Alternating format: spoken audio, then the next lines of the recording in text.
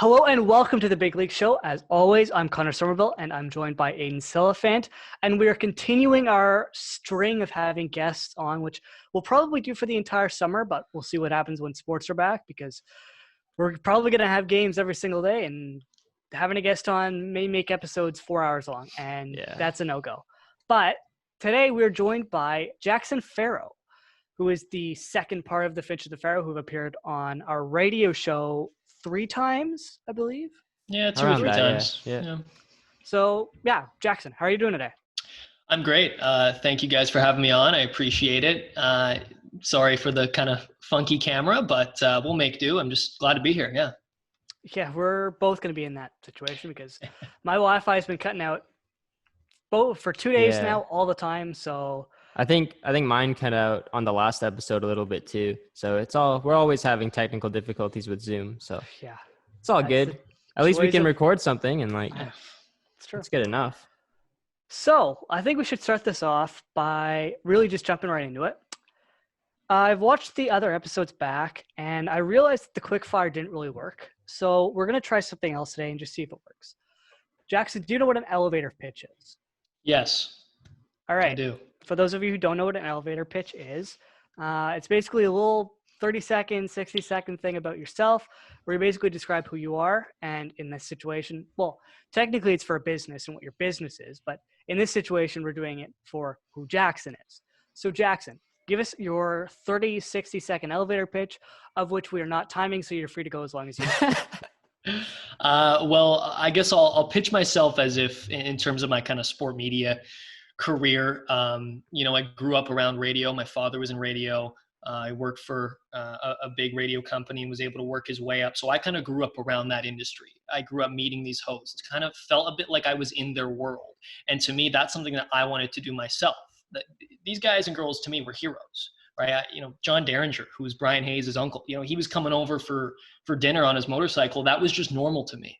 What I realized later on, that I was quite privileged to have that opportunity to meet those people. So for me, that's what I wanted to make myself into, is essentially to be one of them in whatever modern broadcasting world there's going to be. Because the reality is, I can dream to be a radio host, but I think we all know that radio's changing, audio format in general is changing. So what I want to be is essentially a jack of all trades. I've started in sport media, but I don't know if I'll stay in sports. I love talking on the air. I love producing. I'm not good with graphics. I hate it, to be honest. But I love audio production. And, I try to be myself and try to do a little bit of everything except for graphics. Yeah. All right. I think Jackson's probably one of the best on-air personalities in our program. So I can definitely see him, pursuing that goal, like on radio or on air, whatever he chooses to do. Haven't seen you do too many graphics, but I think you're a bit too hard on yourself. I don't know. You don't want to see those graphics, pal. No, listen, I appreciate that, man. That's some great sentiments. I think there's a lot of talent in our program. And I think that's the best part, right? Because that builds more talent, right? Like, I think the 3 of us were all pretty, engaged in this, and we really want to get better. So why not collaborate like we're doing today? I think that's what really makes this community so great too, right? Yeah. Yeah. As someone who also sucks at graphics, I feel you. Yeah. Why don't you tell us a bit about who you are and growing up? You mentioned a bit that your dad was in radio. Maybe dive into that a little bit more and just when you sort of started to fall in love with radio. Was this something that you were interested for your entire life, or when you were 6, do you want to be a firefighter or something like that? Well, you almost hit it right on the head. About till the age of 12, I wanted to be a pilot. And then I realized that I hate math and I hate science even more. And those are kind of the 2 subjects. Well, I hate graphics the most, but those 2 second and third. So for me, it was this isn't what I want to do. I'm not going to be happy in 20 years. Flying planes is cool, but the process to get there, I was not interested in. And so to go kind of backwards a little bit, I was born in Victoria, BC, out west, because my dad was working at a radio station there. He was the program director of the Q. It's like a rock station out there. And he had prior been on air there as well. He was on air for a long time, moved to an executive role. As he got older, he had a kid, wanted to settle down a little bit. Because when you're on air, especially in radio, especially in a rock radio station, you're going to all these different events. You're staying up till 2 a.m. You got to talk to bands. You got lots to do. But when you're an executive, you work more of a 9 to 5. So he chose that. And so I never really got to hear him on the air. We move out to Toronto. He goes to The Edge and Q107. I'm not sure if you guys, I'm sure you do, growing up in Toronto, you probably know those stations. And so for him, it was like his dream. He always wanted to work at the biggest and best rock station. And he did that. And then, that was kind of when I was still, I have like miniature memories almost of like, I don't know if you guys know Dean Blundell. He used to come over and like I said, John Derringer and, a ton of other guys. I don't even know where to begin. But they talk about networking in school. I learned about networking when I was sitting at the dining room table when I was 12. Right. And so I think that is how, my dad's career has given me so much perspective and to have a mentor like that, it's unbelievable. And I'm really grateful about it. So that was kind of, again, once I realized I was going to ditch the whole pilot dream. Okay, what now? Well, I can talk kind of well. I was a pretty good public speaker. I was the valedictorian of my grade 8 class. Oh, nice. So I kind of thought, okay, I have that. I can make a point, I guess, and I like sports. Let me think. And I realized too, if I'm going to get into media, I don't want to limit myself to just sports. Like I mentioned a little bit earlier, I want to be someone like a George Strombolopoulos who was able to move from, he started actually on the Fan doing Blue Jays broadcast, quickly moved to Much Music, then The Edge, oddly enough, and then, Hockey Night in Canada eventually and all of that. So that's kind of not the exact path I want to follow, but something I kind of want to, where you can do everything. So for me, when it came to my dad's influence, he always said, be a jote. The term like GOAT, like greatest of all time. He said, be a jote, jack of all trades. That's what you have to do in today's industry. So just try and do that. And I think that's really, aside from graphics, as I mentioned, that's kind of the biggest thing for me is doing a little bit of everything. And I think that's probably what I learned the most from the old man. Yeah, that's huge. If you can do that, then like you're set. If you are not sold on just like one aspect of sport media, but like you know how to do public speaking, you're good at editing, you're good at producing, directing, all of that stuff, that gives you a major advantage over a lot of other people. And yeah, I really like that. You're not, you're kind of keeping your options open. And even you said that you might not stick in sports. You can do other things if you choose to. So yeah. And your name's Jackson, so jack of all trades, right? So. Well, and I think the biggest thing is just being versatile, because in this industry, we learn it, I feel like every class, how volatile it is and how quickly things change. And doesn't matter how talented you are, man, if like it's a numbers game, right? And so you have to be able to do so many different things nowadays. And I think that's why it's really important just to stay on your feet and be nimble. I think that's a good way to describe it too. Mm-hmm. So could you tell us maybe a bit more about like school for you? You mentioned your dad's influence in radio, and I don't know if you moved, like at what age you moved, or if like switching schools was a little difficult, or if you were like my dad who was born in Glasgow, moved here when he was a year old and lived in Toronto for his entire life, or what that sort of was like, I guess. So I was born in Victoria, BC. Within 6 months, we were in Scarborough. So already there's one move. Actually, we moved twice. We moved to North York, and then we got a house in Scarborough, so we moved again. And then, so after some time at the Edge, my dad got a job in London, Ontario to be the GM of Chorus Radio London. So we moved to London when I was 5, which was fine. That wasn't a difficult transition. But here's the thing. So then I went to school, and then I really started to, get involved at school and get along with my classmates and stuff. And then when I was 10, boom, back to Toronto. We moved to Oakville. And that was tough. That was really, you moving after grade 4, that's not easy. But at the same time, we were going to have to move back to Toronto at some point. My dad always wanted to go back to Toronto. So I think that it was inevitable. So it was probably good to move earlier than later. If I moved before high school, or if I moved after grade 7 or whatever, it would have been different. But in terms of that, how it's had an effect on me, I mean, I think moving a lot just makes you more good with people, because you have to make more friends. You got to keep making new friends. You got to keep talking to people. I think it's also being an only child as well. It's not even like I had a companion to really move with aside from my parents. And, like I didn't even have that. Right. So again, you just get good at making friends. You get good at creating conversation and again, being nimble, never really setting down roots. I think it's something my parents probably regret, but I don't think that that's really affected me as much as maybe it would affect others.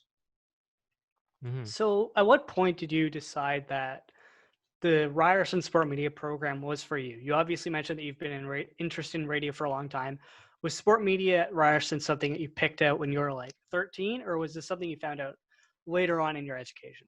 Well, I didn't really find out about sport media till maybe like late grade 11, early grade 12. I knew, like I said, I knew I wanted to go into the media kind of right around when I was in like pretty much when I entered high school. I was like, okay, this is what I want to do. So for me, it was like, okay, do I want to go into radio or do I want to do more media stuff? Because Fanshawe has a great radio program. It's 2 years and then you can get a good job, right? So there's a job that I really wanted in radio too at the time. So I thought about that. I really did. I thought about going to go to Western's media school. I went there, very disappointed. So I went for a tour, very disappointed.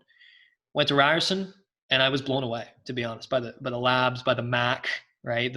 All the Rams Live stuff. How Sportsnet and Rogers had invested so much money in the program. To me, it seemed like I could get the most out of it. And my biggest thing was, okay, I'm entering this program. My intention isn't necessarily to stay in sports for my entire career, but this program gives me transferable skills that I can go and, work in music. I can work in, entertainment, whatever it is, because you learn how to, produce great audio. You learn how to produce a show, not just a sports show, but a show in general, which I think is the most important. Can you touch on a little bit of Ridge TV at Iroquois Ridge High School in Oakville? Is that something that you knew about going into Iroquois? Is that something that people have been telling, like, yeah, you should definitely try this this TV class? Because at Abbey Park we had similar to you guys, and that was available grades 11 and 12. So I kind of knew like why I wanted to go. First of all, I actually switched high schools to go to that program in specific. So I knew a lot about it coming in. Is that something that you were aware of coming in like grade 9? Yeah, you learn about it very quickly. When we went there for like a tour of the high school in grade 8, they showed that broadcast. Okay. And I was pretty blown away. I was like, wow, like this is some serious stuff. They don't mess around here. But again, you can't do it at Iroquois till you're in grade 12. So you can take like ComTech or whatever and work your way up essentially, right? You just gotta take ComTech in 9, 10, and 11, and then you can do Ridge TV. And Ridge TV was incredible because, like, I'm getting a little deep here, but heading into grade 12, like I didn't really feel like I had much of an identity. Do you know what I mean? Yeah. Aside from just being Jackson Farough. When I did Ridge TV, I felt like, okay, this is something I can really identify myself with. Yeah. Talking to people, doing the announcements, talking about the weather or sports. Yeah. And it's weird because you're talking in front of your high school peers. And in high school, that's like a weird dynamic, right? Because like, everyone's judgmental. Everyone makes fun of everyone. You know how it is. Yeah. Yeah. Sure, so I was scared of that. But then that really taught me, Ridge TV taught me the most. Who cares? Throw everyone's opinion out the window. Doesn't matter. You're the one on camera, not them. That's the reality of it. And it taught me that, I think, more than anything else. Also got to work with Zach Finch, which was great. I know you guys had him on a little while ago, and that was good to just, establish that chemistry. And we just had fun. It was fun. You go there every day and you talk about whatever's going on. That was the best part. Just, we learned how much we could enjoy it and don't value people's opinions who really don't matter, right? Yeah, I mean, I agree with that 100%, especially the establishing an identity part, because coming in grade 11 to a new school, I had like no identity. Nobody knew me. And in grade 11, we did have the TV class, but I wasn't on air. So I was like behind the scenes, still nobody really knew me. But then in grade 12, I became an anchor. And that's kind of when, people started to realize like what I could do. And yeah, the whole about like, it doesn't really matter what you do. Like, opinions don't really matter. You have to show off your skills, all of your skills in that class. And yeah, we just had fun with it, like you said. And just, yeah, coming in every single morning was a blast, and making commercials and deciding what we'd talk about on the script and stuff. It was a lot of fun. And yeah, I think that definitely influenced me to join sport media as well. So is And I that think kind of the connection as well? Like that, was that kind of like the final straw, I guess, for you to apply in some I way? guess, yeah. I at that point I was still choosing. It was kind of between like Fanshawe, Western, or Ryerson, Um, and I think one thing about Ridge TV as well is that there needs to be more schools that have something like that, because of what we just mentioned, Aiden. I mean, how we found our identity, and that's probably not all the reason, but that's part of the reason we're in sport media in the first place, right? Oh yeah. So I think in an age where broadcasting is changing so much, and in an age where good news sources are important and more important than ever, you need to get some more kids into journalism. And I think that those kind of programs, Ridge TV, and those kind of production setups in high school, dude, there's people who I was in class with on Ridge TV, not a clue in the world that they enjoyed broadcasting, but then they did it, fell in love with it. And I have friends who went on to go to school for this as well at different schools. So because of that, and that's my biggest thing with the high school curriculum too, get media in there, man, because kids will love it. They'll find their passion, and you can't replace that with a math test, Mm-hmm. Yeah, that's facts. Mm-hmm. So, so you mentioned that you did this with Zach Finch. Was he a big reason in why you chose sport media, and how has that relationship between the two of you sort of helped in your transition from high school to university into sport media at Ryerson? Well, it's funny, Zach, we quickly became very, very good friends in like grade 11, and we met in Comtech, right? We met doing this kind of stuff, and we just worked together, and we talked about sports, and we just had a great friendship. We kind of just hit it off. It got to the point where, he was very much into media, but he was more kind of behind the scenes. He loved the camera. He was great at editing. He was better than like everyone else in our class by a mile at editing, at, shooting, at everything pretty much. He didn't do much on air stuff though. But then, we kind of just started doing hosting together, and he loved it, and he fell in love with that part. And I think us working together, yeah, I think that helped us both like kind of really get a passion for this art. But I honestly think it was kind of a coincidence, because I wasn't sure, neither of us were sure we were going to get into this program. And we came to an understanding, like there's a good chance we're not going to be going to the same school, right? And we were really good friends, but it just so happened I get in, then he gets in, and it's like, let's do this, right? And so that's then, that turns into a radio show, that turns into us, rooming together in first year. And I'd be lying to you if I told you it was smooth sailing 100% of the time. When you're around a person that much, and you've kind of grown up a little bit now together, you're going to have some friction, especially when you're doing a radio show every week. You're going to have that, but we are the bestest of friends. And I think it was just comfortable. It was just a level of comfort that the both of us had, because, well, he's got my back and I've got his back, Yeah. That's good. Good to hear. Yeah. So why did you choose sport media over a program like media production at Ryerson, or as you mentioned, Fanshawe? What was sort of the deciding factor between sport media and all those other programs? Well, my intention was I can get my foot in the door in the broadcasting industry the best through sports, in my opinion.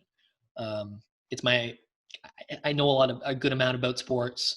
I've consumed so much sport content. It comes naturally to me. So I thought, let's start there.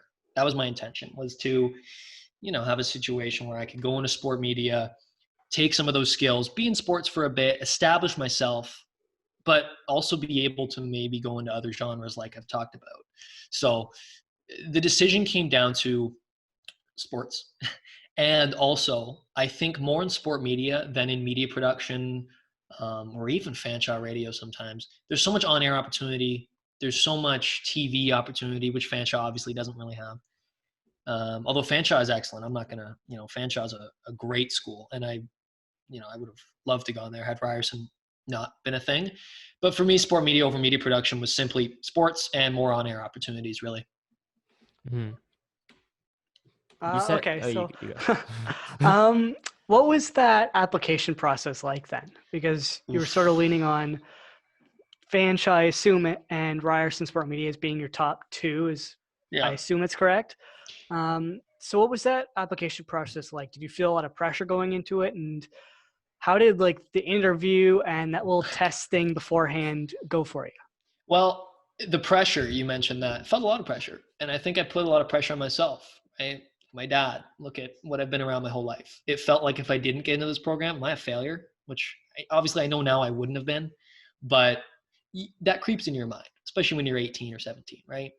And so for me, the interview process, it felt like we were on a different page. I didn't have enough confidence when I went for the interview. You know, I saw everyone else standing around and I thought, oh, all these people must be better than me. You know, all these people I bet already have jobs in the industry. You know, you think like that. I don't know if you guys do too, but I did.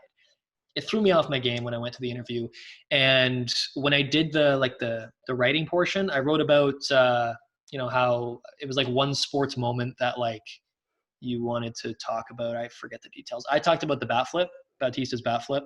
And I just talked about telling stories and, being with my family and celebrating the emotions of it all.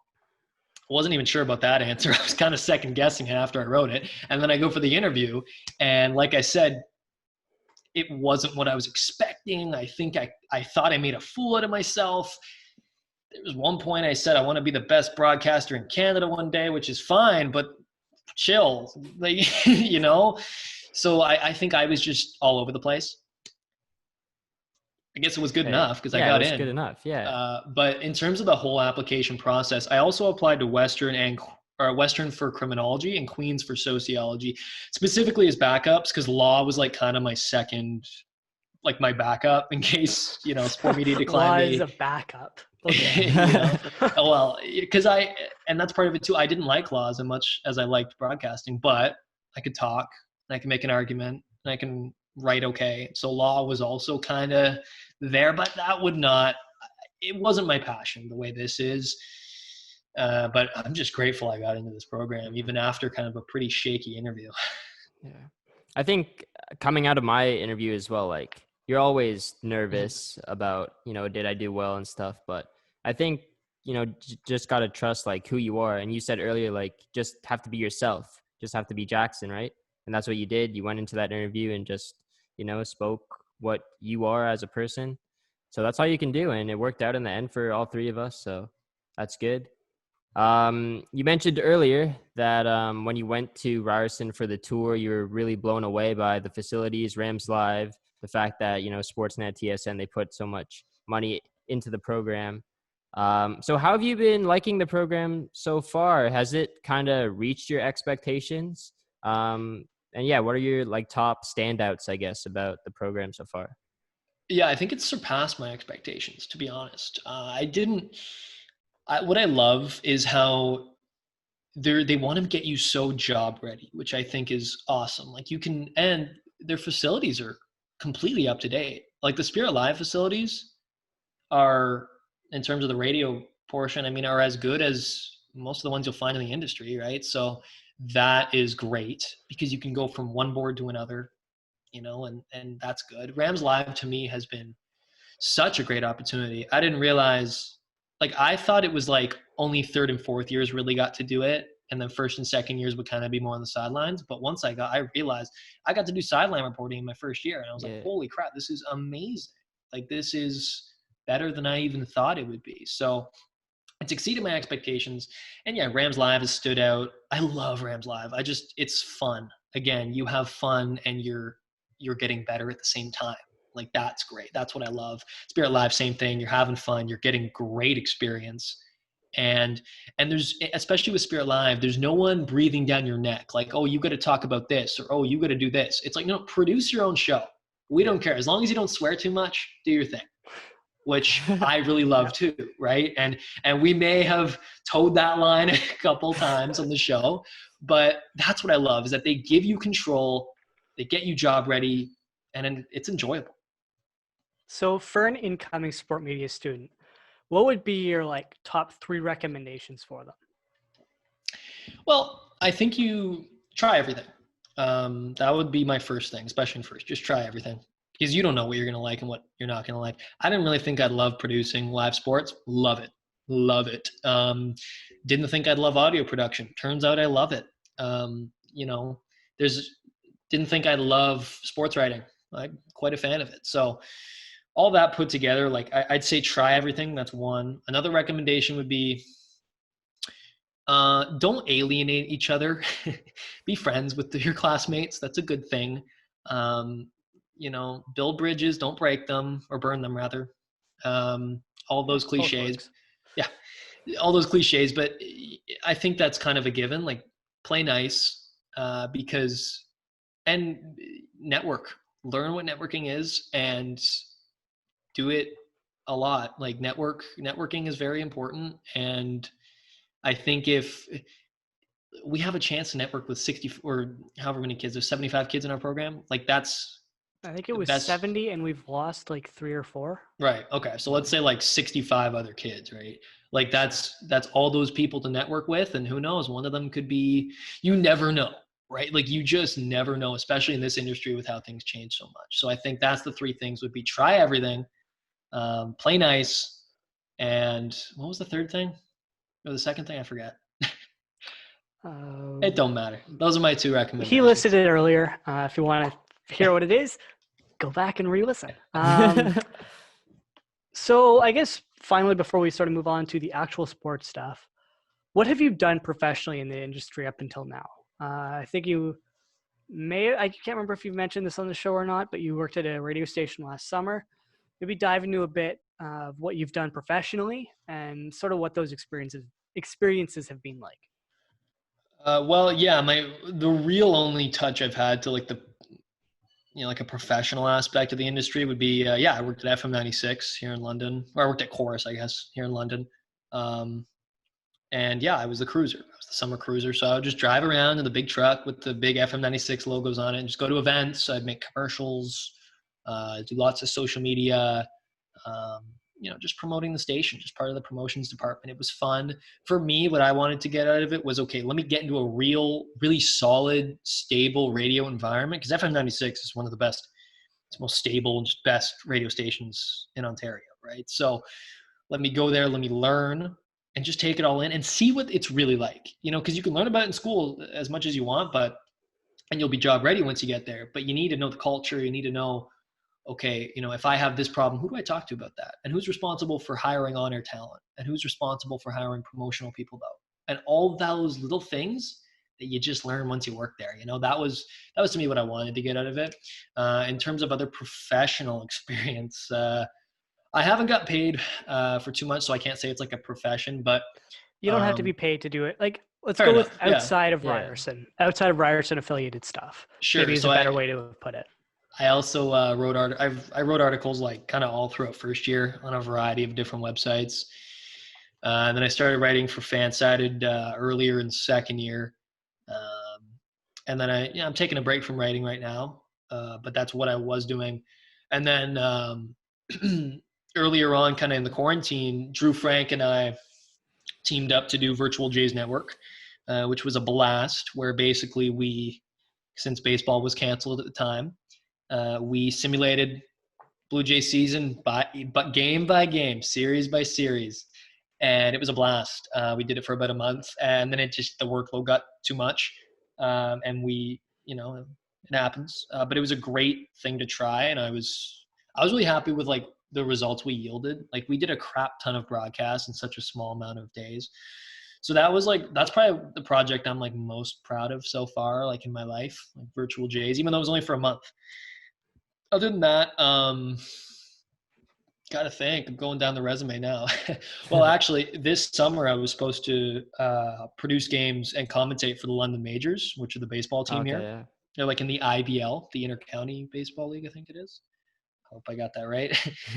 So was going to do some stuff with them, just volunteer stuff. Again, trying to get my foot in the door, trying to, get my name out there. That's still kind of the phase I'm in right now. And it's a shame that this pandemic has put kind of a damper on all that. But my mom tells me that you're not missing out on anything. Everyone's in the same boat you are, right? So don't think of it like that. You can't. And so I just try to do that day by day and realize that hopefully that majors opportunity comes up. And if it does, then, that's going to be awesome. I'm super excited for that. And then I guess quickly before we have to leave because the Zoom call is going to end and we'll restart again. I want to dive into the virtual Jays network after the break, but quickly, what were some of your biggest takeaways from the radio gig you did last summer? For people who are looking to get into the industry, what did you really notice and what did you really learn about being in an actual radio environment? People don't treat it like let me say it this way. You need to treat it like you're going to have good days, you're going to have really bad days. And if you're on the air, those good days are going to be great and those bad days are going to be bad, dude, right? So again, not worrying too much about what others think, but this is your job. It's a 5-day process. It's a, marathon, not a sprint, all those cliches. Just the pros, it's like kind of in pro sports, like hockey players, they take the losses hard, but they come back the next day because it's their job and they get paid to do it. This is their profession. Same thing in radio. It's your job. You come in, you work, you do your thing, but your life isn't like, I feel like sometimes in this program, like our whole life is just regarding sport media because that's all we do for our job. It's all we do for school. It's all we watch, right? Like it can really consume you. On an FM radio station, like FM 96, for example, you have a job to do and this is your profession. It's less of a, I don't even know the words I'm trying to find. Basically, don't do this with your emotions. Just kind of do this. I think that's the biggest takeaway is it's about day in, day out, keeping that same mentality rather than, great day today, but I'm scared for tomorrow, Yeah. I think it's really interesting. I think we should dive into this a little bit more after the little break because we only have like 2 minutes left on the call and I don't want to have it cut you off by accident. So we'll be right back in a second to talk a bit more about. Hold on. There's breaking news as well. If you haven't seen. I know we're going to talk a little about Virtual Jays Network after the break, but this is baseball related as well. Yeah. So there was a report that came out a couple minutes ago. MLB and the MLBPA are on the verge of reaching an agreement to play the 2020 season. Per John Heyman of MLB Network, the agreement is expected to include full prorated pay, which is big, and an expanded postseason schedule. So, yeah, we'll take a look at that after the break. Yeah, we'll be right back. So we're back after that quick little break. Jackson, I had a couple more questions about your radio experience because I think it's really notable as you worked in an actual radio environment. You gave some recommendations or like some of the stuff you learned. What would you say has been most impactful in terms of gaining that experience from both your dad and I assume being around the radio environment growing up, and then contrasting that to today's radio environment? Because I'm going to assume it's changed over the last 5-10 years as the entire media landscape has. Yeah, I mean, it's a shame. I haven't necessarily been able to see that change. I apologize. I think my mom's vacuuming upstairs right now while I'm recording a podcast, so I apologize. Don't worry about it. Yeah. The point is, yeah, I mean, I haven't necessarily been able to see those changes because I wasn't really old enough, let's say in 2005 to really like pick out like, the importance of the radio format. I was like, this is cool. This microphone's sick. But I think the biggest difference is that radio stations now, radio as a format is trying to get more online. It's trying to get younger. And there's two problems. Radio wasn't necessarily, I find it hard to believe that people can't figure out a way to get radio to a younger audience. I think it's that the best stations are classic rock. Young people don't listen to classic rock. So you need to make I think what I've learned more than anything is just, there's times where radio feels like you're still in the 70s and you're like, man, like, this is no video to this. We're not streaming anywhere. Like, is this really the 21st century? But you also look at it and you think, well, there's an importance to radio. There's an intimacy to radio that doesn't change, right? Like this is a very intimate medium. I think more so than most others, because you're right in someone's ear. They're wearing earbuds. You have a good microphone, and I think with the radio too, like you can create such a more picture, more visualization, right? Like you can through, I learned this in an audio class, like you can, through audio, you could create a war zone for $5 because you could just do it, through Pro Tools or whatever, by yourself. TV, you know how much it would cost to make a real war zone? Just ask Marvel, right? Like I think that's one thing too, that radio has such an advantage. You can create an image in the mind, which most other mediums can't. So now it's just about, okay, you have that. You have the ability to create an image in someone's mind. Get that to young people and get it better online too. I think that's where radio's going, in my opinion. And it's going to be fascinating to see, how it all shapes in the next 10, 15 years for sure. Yeah, the way I like to really look at radio and podcasting in specific is you're having a conversation and the listener is just eavesdropping in on that conversation, which is what we try to do on this podcast. We inform you on what we're talking about, and then we hit everything else, and hopefully we're doing that. But I guess the last sort of thing before we jump into the Virtual Jays Network, which is, I think, really cool what you guys did for a little while.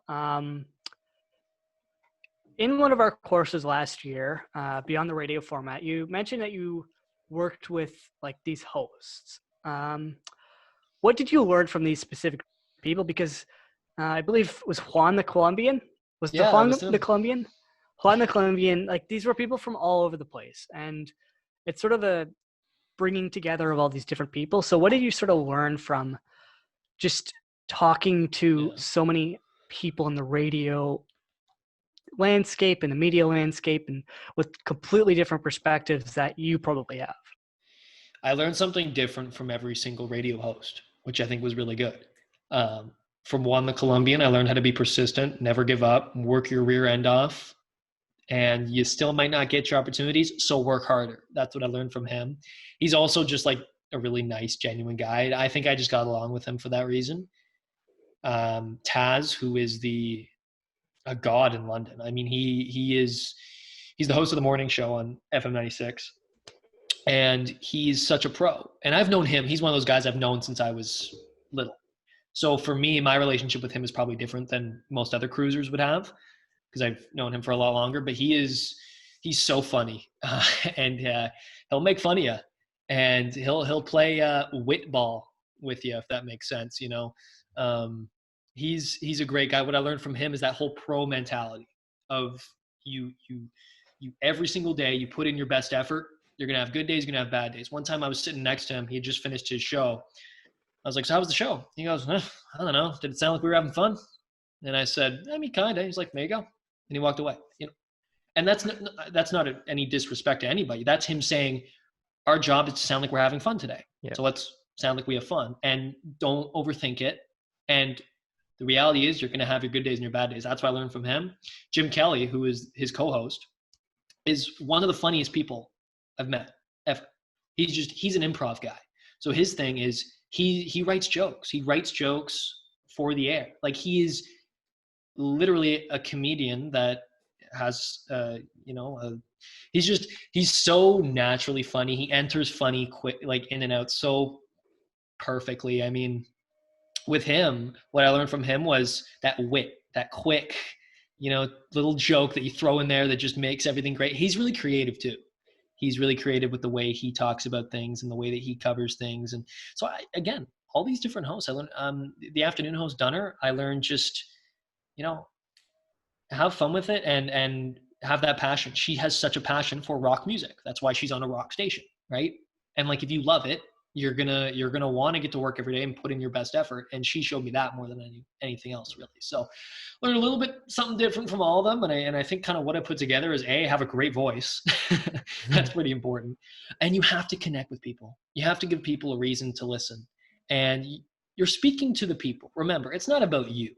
Most people who listen to the radio don't even know your name, and they don't really care, right? They're just listening to it in the car. What are you telling them that makes their day better? Right. And I think that's kind of what I learned from the whole group, really. Okay. And so what did you take away from those experiences, other than, as you just mentioned, all the things you learned from the different hosts. What did you take away and then use on your project that you did with Drew Frank around the virtual Jays network? Because that's something you did a little while ago that I know took a ton of work. So how did you sort of translate your experience in radio into putting on this sort of Twitch, YouTube highlight sort of thing? Well, the one constant between radio and VJN was that my face is not shown. So again, it's important to create that visual, have that intimate experience. And I think the biggest thing that I wanted to go into VJN with was it's not about you. Nobody cares really about you. You're not Joe Buck. You're probably never going to be Joe Buck. So don't pretend like you are, right? Do your job. You have a game to call for the listener, right? The people who make it all about them, you sound cringy already, and you're not doing your job properly, in my opinion.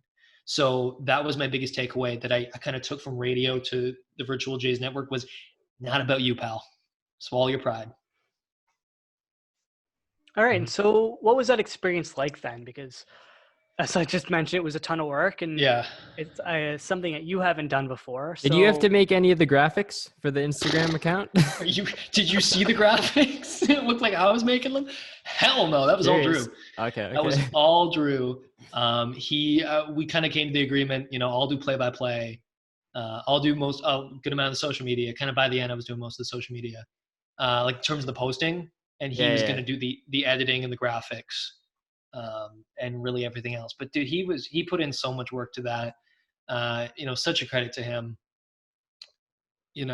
Different breed for sure in terms of his work ethic. And so working with him was really good because he's also one of the brightest baseball minds I've ever talked to ever. Right. Yeah. So to have him as kind of a sounding board for me as play-by-play, and like, first of all, play-by-play isn't really something I had done a ton of. I've done a little bit here and there, mostly color, to be honest, mostly sideline as well.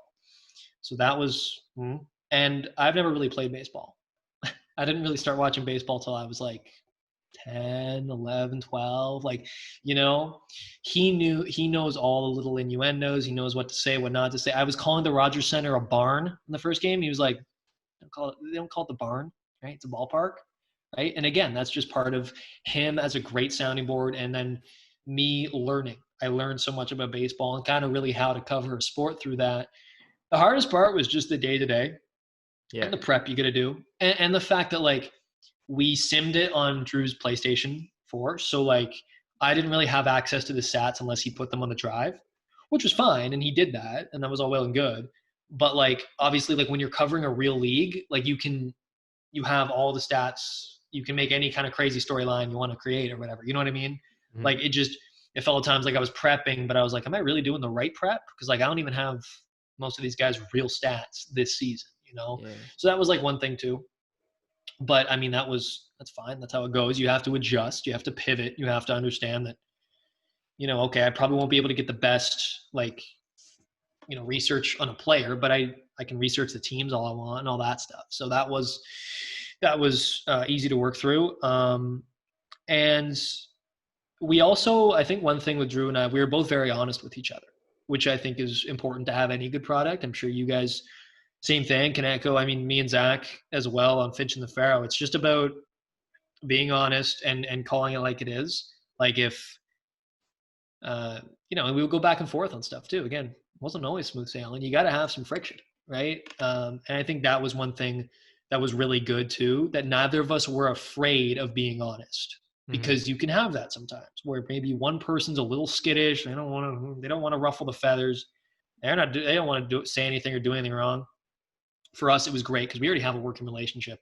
And, I could say to him, I kind of want to do this. I don't think that makes sense. And he could say, no, it makes sense because of this. And then we go back and forth and it's good. It's a good thing to have. So that was great as well. And then just to have some sports to watch and to kind of keep track of Blue Jays, they've won 3 in a row. I would actually take that and be like, wow, the Jays have won 3 in a row. That's crazy. Yeah. They got off to a good start too, eh? They swept the Red Sox. Yeah. They swept the Red Sox in the opening series. And yeah, and Matt Shoemaker was looking like he was going to freaking win the Cy Young at one point. It was crazy. So that was cool just to have something, just to see Ryu pitch, even if it was on a video game, Mm-hmm. Yeah, and when on that last post that you guys did on Instagram where you announced that you wouldn't be continuing it, I think there was like one comment saying like, "Oh, we're so upset. Like we were watching you guys and stuff." I think it was like a dad and his son or something Yeah. commenting. So you guys had a fan base, like you guys had a consistent audience, I guess, coming back to watch every game. So that's really cool to see how you guys established that throughout only a month of doing it. They really enjoyed the play-by-play and color that you were doing. And I think also just that Instagram aspect, like the way Drew did the graphics, like the lineups and starting pitchers and stuff like that, it was so good. So yeah, it really felt like you were just watching the MLB season. It's something that Sportsnet would do or the Jays would do if they had a game that night, right? How to promote it. So yeah, you guys did a good job. Was that live or did you guys pre-record the episodes and then air them live? All live. Yeah, we would pre-record. Okay, so like the ENHL things, they're just you pre-record them and then you just air them. Yep. Yeah, nice. And we actually did our one of the last games. I want to say we did that one live. We wanted to try doing it live on Twitch. Very difficult. Yeah. And when you're doing it remotely, it's even more difficult. I know, yeah. Because like me and Drew, like if we cut each other off in post-production, he can edit that and make it work, and he would.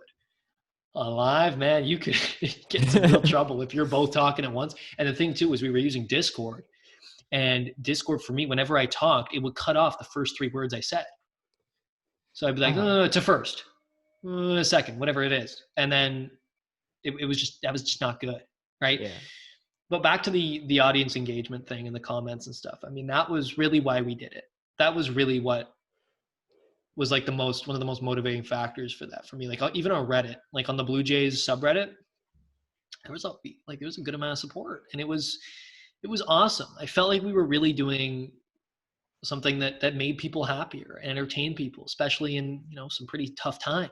I thought that was something that we accomplished. And even though we couldn't do it for longer than a little over a month, like during that time, at least it gave families and baseball fans something. I know it's not real baseball, but that's what we're trying to do. Just create some sort of real life experience and hopefully give people some happiness.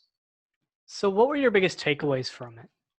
Because obviously it was very unique in the first time we've done something like this. So what did you really learn from that experience? Well, that live streaming and Twitch is definitely a very useful platform. And there's a lot of different ways you can create content on it, right? Like, and VJN was the idea that Drew actually like came to me with it, and he was like, hey, like I want to try this, like we sim a season, and I was like, wow, that's great. And yeah, we put it on Twitch and it's live, like the real thing. And like I was talking about how radio kind of struggles to get into younger generations. Using a platform like this is exactly how you tap into that market, right? I mean, look at Fortnite, for example, right? So I think it's just, I realized through that process, okay, this Twitch, like I took it seriously before, obviously, but no, this is how you can really, if you do it properly and if you're consistent about it, you can make a big impact in, as you saw, not really that long of a time, which is even better, right? Yeah. Oh, and I also I was also just going to say, like, during that time, I was actually reading Joe Buck's book about, like, during the same time I was kind of commentating, maybe shortly after, just kind of reading, about Joe Buck and kind of his life. I can relate to him. His dad was in broadcasting as well, and he kind of followed the footsteps. So I felt a little bit like I related to him. And so I think just getting better as a play-by-play guy too, like all of a sudden now I can go to an employer, and say, well, I did kind of a month straight of play-by-play for this. I know it's not the same thing, but it's something, and that's part of it too, is that I was able to get some good experience. Drew was able to get some good experience doing all the things he was doing as well.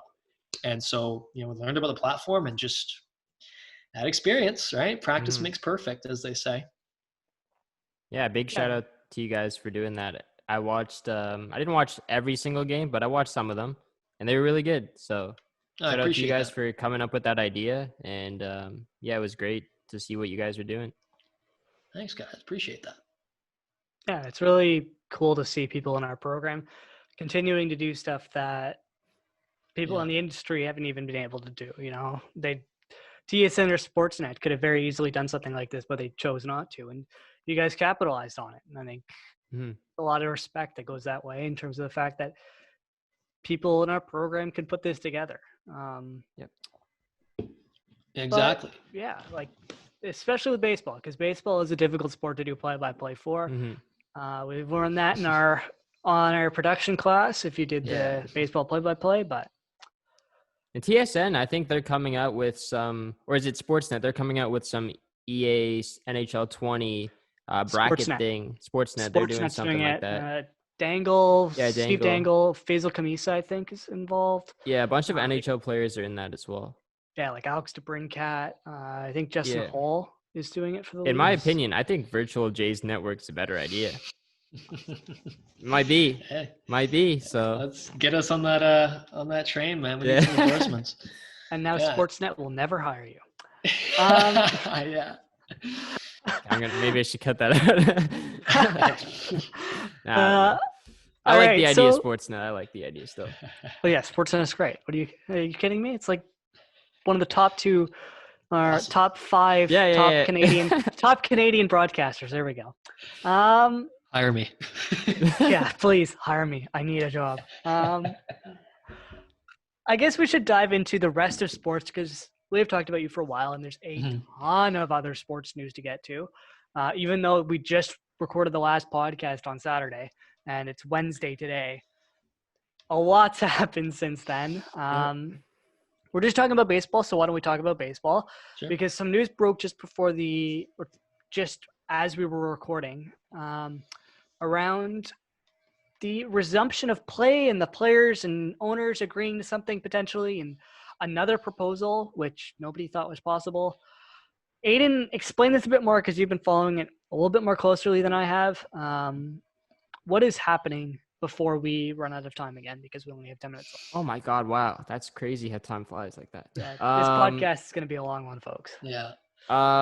Yeah. So, I mean, I don't think there's been too much news that broke since that tweet that Heyman put out. There is no official agreement yet, but they are getting close to one. So I don't know. I mean, there's always a chance that it's going to fall apart. But yeah, it looks like they're coming to an agreement with player prorated full salaries, which is crazy. I never thought that the MLB would be able to do that. We still haven't heard about the amount of games, so really not sure where they're at with that. So I guess that's kind of like the deciding thing that they're working on potentially. But yeah, the backstory is that they've been having so many difficulties coming to an agreement on anything. It came out, I think, yesterday or 2 days ago that Manfred was not sure if there would be an MLB season after saying previously that he's 100% confident that there would be one. So he had to go back on his original statement. So that obviously was not good for MLB fans. They were really hesitant now as to whether or not there would be a season. And then the players didn't take that too nicely as well. Yeah, I've also heard rumors that some of the owners just don't want to play a season at all. So they're just against that. They don't want to play a season. Yeah, I hope there's more news that breaks during this episode, but still no official agreement. Good work by both of the MLBPA and MLB to try and get this thing done. I guess we'll just see what happens. Let's hope that this thing continues and it doesn't fall apart. So, yeah, I don't know, Jackson, do you have any thoughts on what's going on in the MLB and that whole feud between the Players Association and the owners? Well, the issue with negotiating in public, which is what they've kind of been doing, is everyone can see it and everyone gets to make their own opinions. And by the way, if baseball didn't come back, let's say they couldn't get to an agreement, that they would have lost a lot of fans. Like, how do you not figure this out? And second of all, you've got football coming back, you've got hockey back, you've got basketball. Oh, by the way, there's this thing called Netflix and Amazon Video or Prime, whatever they call it now. Let's not forget soccer here, considering it's Crave. the first sport that's going to come back in Plus. North America. Disney Plus, and then soccer. And then Wow. Okay. NWSL and MLS aren't going to be very happy Jeez, about that. this considering podcast the has literally just turned into a Yeah. soccer roast session. Yeah. Yeah. Yo, NWSL restarts in like 10 days. What's that? I don't know what that Bruh. is. To be honest. The National I'm Women's Soccer kidding. League. I'm kidding. Oh, okay, that makes sense. Yeah. National apologies. Women's Soccer League. They don't have a team in Canada yet. Okay, Hopefully soon. that Came makes out today sense. actually that they're potentially going to expand to LA, and that'll be in affiliation with one of the MLS teams there, which would be pretty huge. That would be huge. Yeah. But yeah, they're restarting like I think it's June 26th or 27th. MLS is back like July 8th. So Yeah. Yeah. I'm predicted like what 3 weeks ago MLB would be the first league back, and that fell flat in its face. But Yeah. who knows? Maybe we've revived it. Yeah. I mean, I think the point there is that like you have so many leagues going back, and if baseball was the one to not, your sport is in the tank in terms of not only the perception of it, like how did you lock out during a pandemic? Like you talk about greed, and then it's also like everyone's interests are going elsewhere. Baseball fans would turn into college football fans or soccer fans or hockey fans or just getting the Netflix. I don't know. But the point is like, it would be worse than 1994 in my opinion, right? Especially negotiating in public. Way Yeah. worse. And if you couldn't figure out how to get this done, I don't know if a lot of people would probably never really forgive them for that. And I can't blame those people, but it sounds like they will get a deal done. Although the fact that it even took this long just shows that these two sides are always so far apart. And baseball negotiations are funny because I think in baseball, more than most of the sports, players have a lot of power, a lot more power than in the NFL. And I don't know if they have more power than NBA players. That always feels like it's changing. But overall, like players union has a lot of power. And so I think, I hate them going back and forth and blaming the other party. Figure it out, guys. Like you both, in my opinion, they were both in the wrong the whole time because they couldn't get back on the field. That's the way I felt. I mean, you could say the owners were being greedy. You could say the players were asking too much. I'm not an MLB player. I'm also not an owner, so I can't speak on that. What I can speak on is I'm a fan, and I'm pissed that they aren't back yet, first of all, and that they won't be back. They're going to be playing 60 games. Could be kind of fun, but they've already tarnished their reputation in a lot of ways through this. And they better hope that this season is very entertaining and that the playoffs are entertaining too. Yeah. Yeah. I touched on it a little bit last week, just the amount of games part. Like, if you're going to play 60 games, are you really going to award a World Series champion? Like, is that fair? A 60-game regular season. I think that's really, really a short season. And then you're going to have postseason, but still, like, I know it'll be a challenge for the players, especially playing in a new environment and under all the conditions, and it's still going to be a tough trophy to earn. But the MLB season is normally 100 games more. Yeah. So I don't really know how. Like, I want there to be baseball. I really do, but there's going to be a huge asterisk, more so than NHL or NBA, in my opinion. So that's one thing that I'm really concerned about. And I don't know if I'm going to be wanting to even watch the season if it's so short like that. Well, and I wonder too, like, how are teams going to react? Because if you look at, a bullpen, for example, a lot of teams' bullpens are garbage for most of the year. And then they get good kind of late, take off, and there you go. Right? Like, but a lot of bullpens here, Daniel Hudson closed out the World Series for the Nationals. He started the season in Toronto with the Blue Jays. And he wasn't even really an important piece in that bullpen. No offense to Daniel Hudson, World Series champ. Yep. But what I'm trying to say is, like, things take shape over the course of a season. So to have a 60 games, either that's all going to be accelerated or many things just won't take shape. And it's going to be a lot different, clearly. And I'd imagine that I feel like the young players will probably benefit from this more. And the reason I would say that is because you look at a guy who's maybe going into his second year, they're not quite as used to the 162 game grind yet as Max Scherzer or Justin Verlander, for example, who maybe it'll take them some time to ramp up. By then, you're already 40 games into the season. That's a problem too. Yeah. Yeah. Mm-hmm. If there are genuine medical concerns, I think that it's fair that the players are worried and not wanting to go. But this Hasn't really sounded so much like it's been medically driven. It's been more financially, but we might dive into this a little bit after our break, but I think we're going to potentially move on to NBA. We'll see in a second, but we'll be right back.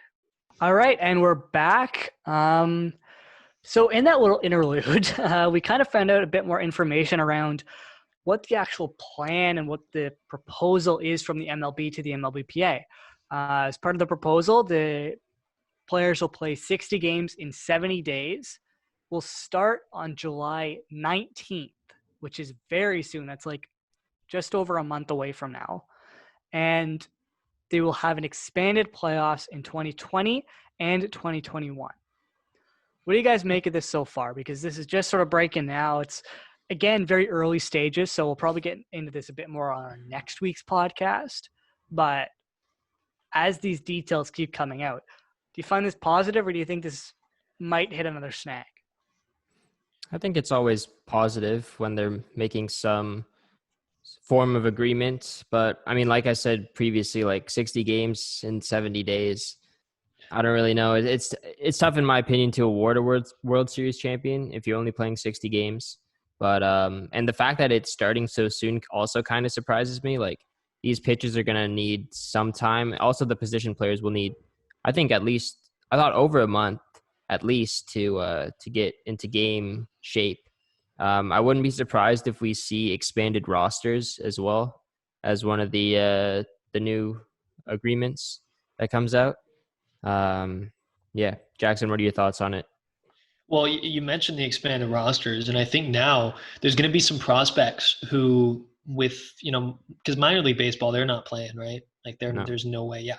So you're going to see some, like Nate Pearson, for example, with the Blue Jays, who, is he ready for the majors? Who knows? But what we do know is that he's definitely AAA ready, and he's got the stuff. So this will give the Blue Jays the opportunity to just put him. I think he'll pitch in the majors during this shortened season, so for some of these top prospects, these younger guys, it's a great opportunity for them, I think. Yeah, I think he could be a lethal weapon out of the bullpen. Just want to throw that in there. I think he'd be good. It's like setup because he can throw 100. So yeah, and you know what? He throws it consistently, and like even especially later on, he's been hitting like 103, 104 on the gun. Like he's got movement. He's quick. He's got a repeatable delivery. Like I think you could put him anywhere and he'll just be lights out. I think within a couple starts even of just getting into the majors, he'll be dialed in. Yeah. So potential, we could see something like that. I'm sure each team kind of has their own like that, a guy who's right on the brink. But with these expanded rosters, it's going to open up a lot more possibilities, which gives a lot more guys jobs, which is what you want, right? Yeah. Let's save the Nate Pearson predictions for the hot take section, which we'll hit later. Good idea. But I think we need to hit NBA because this segment is going to take us a while. Sam's Sharamia of The Athletic basically just broke everything yesterday. The entire plan basically got leaked. So I guess we'll just sort of run through everything. I get your thoughts intermittently throughout. But I hope you like my voice because I'm going to be talking a lot. So let's start out with what's an immediate issue today. Players need to tell their teams whether or not they're going to play in this tournament or the playoffs or whatever we're calling this by June 24th. People who don't go will not be disciplined, so they won't be suspended or fined or anything like that. They just won't receive their pay if they are not granted an exception or if they're not medically cleared to go. So of those two categories that I just mentioned, the protected players and the excused players, protected players are players who physically can't go due to health issues. So whether that be maybe they have asthma or diabetes or something along those lines, doctors won't allow them to go to this tournament because they're at a greater risk, which you don't want to have happen when you have 600 guys in a confined area in the middle of Florida, but that's another topic, which we'll get into later. But yeah, for the excused players, the only way that they will be able to be granted an excused exception is if they're at serious risk of an illness. So you can't just say, I don't want to go and still get paid. I guess I should have mentioned that both those groups will get paid their full salaries. Will get paid for the games that they miss. The guys who don't fall into those categories and choose not to go will not be paid. So yeah, I guess, do you guys have any thoughts on that? It's very complicated already, and we're not even 2 minutes in. Yeah, I mean, I know there were some players who, still didn't really feel safe going back, right? You don't want to bring the disease home potentially to your family or your friends, or if there's an outbreak on a team, that'd be awful. And I understand and I empathize with players if they want to sit out because of a pandemic, and also because of the battle for racial equality at the moment in the United States. I understand that too. I know a lot of people have been going at Kyrie Irving because he said he's not going to play. Oh, there's my dog. Can you hear my dog there? Yeah. So I'll try to talk over her. Kyrie Irving, for me, is a situation like, I don't know. I can't empathize with him. Oh my goodness.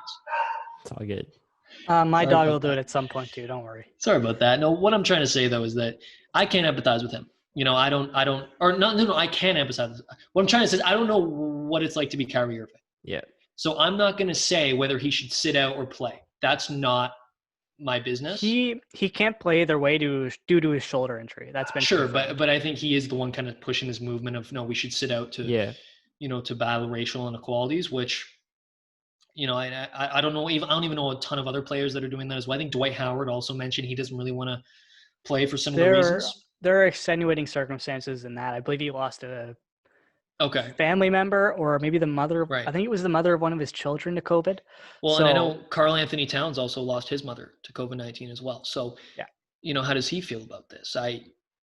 There's so many layers to this, right? And I think that if a player wants to sit out, I don't think it's fair for fans or for analysts or for pundits or for people like us to be deciding whether they should play or not, or if we approve of their decision. This is such a time where everyone's got their own situation going on, because I've seen so much of that on social media, people calling out Kyrie, people calling out whoever. Let the players make their own decisions. And, I think so. I think Adam Silver with those rules, I think it's pretty fair in terms of if you're excused, you don't get paid. And obviously if you're there, but you get hurt or whatever, you still get paid your full salary. If you're one of the excused players, you do actually get paid. Oh, you do get paid. If you don't fall under one of those two categories and choose not to go, you don't get paid. Sorry, right. It's very confusing. That is confusing. But I'm with Jackson on this one. I think that the players should decide. And it's really just not up to us whether to criticize them for not going. It's just complicated times that we're unfortunately living in right now. And, with the virus and the whole protest, racial injustice going on in the world, it's not up to us to criticize them, and it's up to them. I have really no problem with that. Yeah, that's it. I agree with basically everything that Jackson said. All right. Let's dive into, I guess, the next sort of aspect of this, because this pertains to the entire tournament. Around players who leave the Orlando campus, as they're calling it, without prior approval, which is notable because I guess you can get approved to leave if the NBA allows you, will have to undergo a 10 to 14-day quarantine period. They'll also have a reduction in their compensation for games, so they won't get paid for the games they miss. And they'll have to do an enhanced testing, which will be the deep nasal swabs, which people just hate. Instead of, I believe they're just doing the top of the throat, which isn't too bad, and temperature checks, and potentially blood. I think that might be another one. So that's a thing. I think that's a deterrent enough to not leave. I don't want to do that test at all. I'm going to assume they don't either. So we'll see if players just sneak off campus. I doubt they will. Who knows? Yeah, that's an interesting one, right? I don't think so either. I think Like if you're a player, you do not, because the last thing you need, if the playoffs are about to kick off and you decide, I'm going to go off campus because this bar just opened, it's my favorite. And you go, you try to sneak out, and then you're out for 10 to 14 days. Teammates are going to hate you, as they should, frankly. Yeah. You're getting traded next year. Oh, That's yeah. probably what's going to happen. And Especially if you're a good player. Yeah, especially. Yeah. But I think the good players also, at least most of them, I would hope, are mature enough to understand, like, you know, I have a duty to my team here. I can't be, because that's so selfish, you know, and I hope that doesn't happen. I don't think it will. These are all pros. But definitely interesting situations if that is to happen. Some good stories potentially, though. It's going to be something to watch. There's going to be so many great stories. What goes on in that campus. Like, Yeah, I saw people hoping that they do similar to The Last Dance, where they just have a camera crew following everything. I think that'd be amazing. I doubt the NBA allows that, but that could be so cool. Yeah. Sorry, go ahead. I was just going to say, I think that makes a lot of sense for the NBA. Why not? Why not document this whole thing? You can turn that into a Netflix special and everyone would watch it too, right? That's how they get their money back. Exactly. Everyone loves that behind-the-scenes stuff, so make it a little more profitable. That's what I would do. Maybe. Who knows? Maybe they saw that tweet and they're starting to think about it and organize it. Yeah. Anything could happen. But let's start with the actual resumption schedule, because that's something we didn't know coming up until now. I don't even know if we knew what each phase represented. So we'll start with phase one, obviously, because we're in phase one right now. It will be from June 12th to June 22nd. Teams will have their players report to their home locations and start doing solo workouts. In the case of the Toronto Raptors, they will not be going to Canada due to the 14-day quarantine, which we'll talk about later in reference to the NHL news. They will be going to FGCU, which is Florida Gulf Coast University, which is in Naples at Alico Stadium. They should have reported by June 15th, all players, but I assume there's still a bit of a gap in terms of when guys can come based on different restrictions, and I don't know. This is phase one.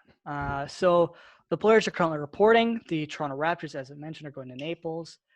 And that's sort of all that's happening in phase one. We're in the middle of it right now. And then phase one will end, obviously, June 22nd. And phase two will start on June 23rd and go to June 30th. So all players will start mandatory COVID-19 testings. The testing will consist, as we just mentioned, of a shallow nasal swab, an oral swab, and a blood draw. So everything we had said except for the shallow nasal draw. So the other one that you don't want to do is a deep nasal draw, which is where they basically go back to your brain. But yeah, that's basically what's going to happen in terms of phase two. Players who wish to be excused, as we just mentioned, they will be put in front of a panel of 3 medical experts, and they must file the request with their teams and the MLBPA by July 25th. In order to be given an excused absence, they will need to be deemed, as I just mentioned earlier, to be of a higher risk of serious illness if they get COVID-19 to get this tag. So as I mentioned, that'd probably be like asthma, maybe some sort of heart conditions, lung conditions, things along those lines. But yeah, that's phase two. Do you guys think that the testing is good? And what do you think of the Raptors going to Naples, Florida, instead of coming to Toronto, even though that wasn't really an option? I mean, I think they'll like the weather, nice little vacation in Naples, but you know, I've seen things too about how it's going to be extra hard for the Raptors, and they actually get to go a couple days early because they have some players in Canada too, right? And you know, you get across the border now, you're getting into a whole nother set of restrictions.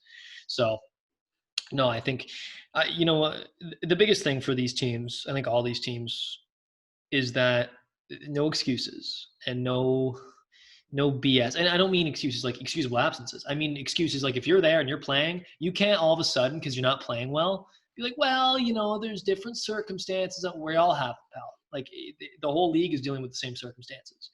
So I think for any team, but let's talk about the Raptors, I guess, it's going to be really important for them to just get back into gear quick, and which I don't think will be a problem. Because again, their team is young, but like experienced. You know what I mean? Yep. Like Fred VanVleet's, I guess, not really young anymore, but he's still new in the league. 25, 26. Yeah, so still pretty young, but he's got finals experience, right? So all these guys do now for the most part. So I think that's a benefit that the Raptors are going to have, which is why I think they'll be able to kick it into gear probably better than some of these other teams. Yeah. Yeah, I think, just being there a year ago today was the parade, right? And then also I think just being in Florida under, that weather like Jackson touched on, just like getting used to that environment is something that they're going to have an advantage over other teams, I guess, already. Maybe they can check out the facilities as well. Yeah. Just getting used to the environment where they'll be staying and stuff. So I think that's a bonus for the Raptors. Too bad that they're not going to be in Toronto, but whatever, you can't really do anything about that. And then, for the testing, I'm not really a doctor, so I guess they're deciding what's best for the players. And that's that. Yeah, it's COVID cases in Florida right now are exploding. So we'll see if any of the Raptors end up getting it. Hopefully they don't. But we'll see when phase 3 kicks off, which, I guess jump into phase 3. That'll start on Canada Day, July 1st. Individual workouts will be mandatory for all players. Group workouts will still not be permitted. I think I might have written this wrong. Group workouts will not be permitted. Yeah, sorry, I wrote that wrong. Group workouts will not be permitted, and only 8 players will be allowed in the team's training facility. However, head coaches can now participate and observe individual workouts. So up until then, head coaches weren't allowed in. I think it was just the trainers who were allowed there, and that was it. So once we get to that point, head coaches will be allowed to start training. Still no group workouts, and individual workouts are mandatory. Although I assume everybody's going to be doing individual workouts at this point. I think it's probably fair to assume. But then we get to phase 4A, because there's 2 parts of phase 4. Phase 4A will go from July 7th to 11th, which I guess is the entire thing. But teams will take either a chartered flight or bus to their respective area of the campus. So I assume it'll be like Toronto and Orlando will take a bus, and then every other team will take a plane. Maybe Miami will also take a bus. They probably will. But they'll travel to the respective area of the campus. In order to begin playing, they'll need to give 2 negative tests within 24 hours separate of each other. They can wear a proximity alarm, which will notify them if they spend more than 5 seconds within 6 feet of someone else wearing the device. So this will help keep players 6 feet away from each other and promote social distancing, but it's optional for the players. However, all team and league staff must wear them. Referees may be exempt. They haven't decided yet, but all the players will be walking around with these alarm things on to promote social distancing. And then anti-drug testing will resume July 7th, which we mentioned last week, or not last week, I guess last episode, where the players will be tested for PEDs, but will not be tested for recreational drugs. So yeah, that's phase 4A. There's not really too much you guys really need to give an opinion on, I think. Unless you have an opinion on the proximity alarms, because those are a little weird. It's a good idea, I think. I think we should all be wearing some if we go out. I bet those things are really expensive though. Yeah, Definitely. and I wonder like how they even. That's a good idea. That's a very creative idea. I think this whole plan just shows that Adam Silver is probably the best commissioner in North American pro sports right now. I don't even think that's really. I mean, maybe the commissioner of the MLS is really good, but He is not. Okay, there you go. So to me, I think Adam Silver is the best, just because this plan wasn't supposed to get out, but like how diligent they are, how forward thinking they are, how understanding they are, the whole situation. It's a breath of fresh air when we were just talking about baseball, which is essentially the exact opposite. Yeah. Yeah, it feels good to actually have a positive stance in terms of this stuff for once, and not just be driven completely by money, even though this is very driven by money. So phase 4, B, will be July 9th, 10th, and 11th. Will be when group workouts will be allowed to begin. Players will have to avoid spitting, clearing their nose, wiping the ball with their jersey, licking their hands, and unnecessarily touching their mouth guard. So I guess I don't think they're going to stick to that. No. It's yeah. You've got too much habit, right? Like you've been wiping the ball in your jersey since you were 3 years old. What, you're going to stop for a couple months now? Like and spitting too. Dude, these are habits. These guys are creatures of nature. Like spitting, I guess you could just not spit. But it doesn't really happen in basketball, though. That's more of a hockey, fair enough. soccer, Yeah, field football, sport. Baseball. You get that on the court, and that's not a good thing. True, fair enough. That's a good point. But all these things, even like you can't high five someone, right? You can't, even really pat someone on the back. So like a lot of players are going to get caught not following protocol on that. So I hope that the NBA, like I'd wonder what the NBA's like punishment would be if you get caught like wiping the ball in your jersey or spitting or whatever it is. I can't imagine they can justify punishing players a lot though, considering this seems very unnatural. I understand, but it just seems unnatural nonetheless. What they could do is they could potentially issue a warning and then maybe fine them. Yeah. Like, the $5,000 fine, which doesn't affect anybody in the NBA because they all make tens of millions of dollars. So maybe they do that. I don't know. I don't think that's that big of an issue. Like they're already going to be all together, and spitting on a ball or something isn't going to be the biggest impact when you're like posting someone up and breathing into them. So yeah. I don't know. Even just celebrating, like you said, like the high fives and stuff, like that's going to take some time to get used to. And then I was just thinking just now, like the team that ends up winning, like it's going to be the worst championship celebration ever, right? Like how are they even supposed to celebrate? How are they going to celebrate even in the NHL, right? It's going to be after a while, as we're about to get into with I guess the end of phase 4. After a while, they can start? Is that what phase 5 is? They start to get loosened. These restrictions start to get loosened. Okay. So after the self-isolation period, which is obviously up until July 21st, which is when it'll end, players can eat meals and participate in other activities with other players not in their team's hotel. So until then, they must only have brief interactions with other players. Does that make sense? Yeah. That makes a lot of sense. Yeah. That's smart of them, I think.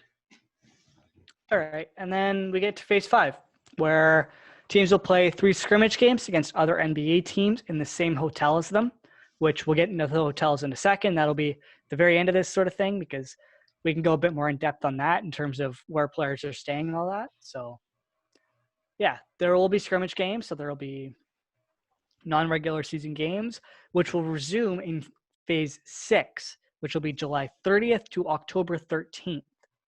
So this is a long period of time. There will be 8 regular season games played. If necessary, as we mentioned on a previous podcast, there will be the play-in tournament for the 8th seed, which I believe is if they're within like 4 games, they'll do a mini tournament. Like 9th seed has to win 2 games and 8th seed has to win 1 or something along those lines. I'm not sure exactly how it works, but something along those lines. And then the playoffs, which will be usual 16 teams, 4 rounds, 7 playoff games. And after that, that'll be it. That'll be the season. Hopefully it goes smoothly. We have no idea if it will or not, but yeah. I'm sure there'll be obstacles, right? Like they'll run into something that they haven't even thought of, but overall their plan is very extensive, and it shows that they, again, compared to baseball, that they are actually really just going for it and willing to swallow the loss of money and, essentially write off a good amount of their season just to ensure that at least the fans get what they deserve in many ways. Like the fans still get a very enjoyable product, but I'm sure there'll be a lot of issues, right? Like what if, maybe this is in the report, but like what happens if a couple players on a team get COVID? Do they just immediately go home or do they have to quarantine the whole team? Like what if you're in the playoffs? What if you're in the NBA finals? What if it's Lakers, Bucks and Giannis gets COVID? Right? Yeah. I don't know what's going to happen if that happens. Yeah. Like that would be it's tough to devastating. say, but yeah, there's definitely going to be issues that they run into. But I mean, let's hope for the best. But yeah, I mean, I think something like that is going to happen at some point. They're going to run into a problem. Hopefully it's not of that stature, but no kidding. Yeah. So let's get into player guests, because after the first round, teams will be allowed to bring up to 17 guests, or one per player, or as I just mentioned, 15 if the team's only bringing 15 players. They'll have to reserve those rooms, and the players will be responsible for the cost of each hotel room, which will be used by the guest, but the cost of meals and testing for player guests will not be charged to the players. All player guests will undergo 3 days of self-quarantine and testing, either in a house or a hotel in the team's home market or in Orlando outside of the NBA campus. So if Kyle Lowry's kids wants to bring his kids or his wife and his kid or whatever, they would have to be tested in, I think they're in Philly right now. So Philly, or if they fly them down to the outside of Orlando, something along those lines. Assuming that the player guest does not return a positive PCR test, then the player guest may then come to the NBA campus, but must remain in quarantine for 4 days after arrival while having COVID-19 testing each of those days. Agents will not be eligible for this unless they're a family member, and player guests who leave the NBA campus will not be permitted to return.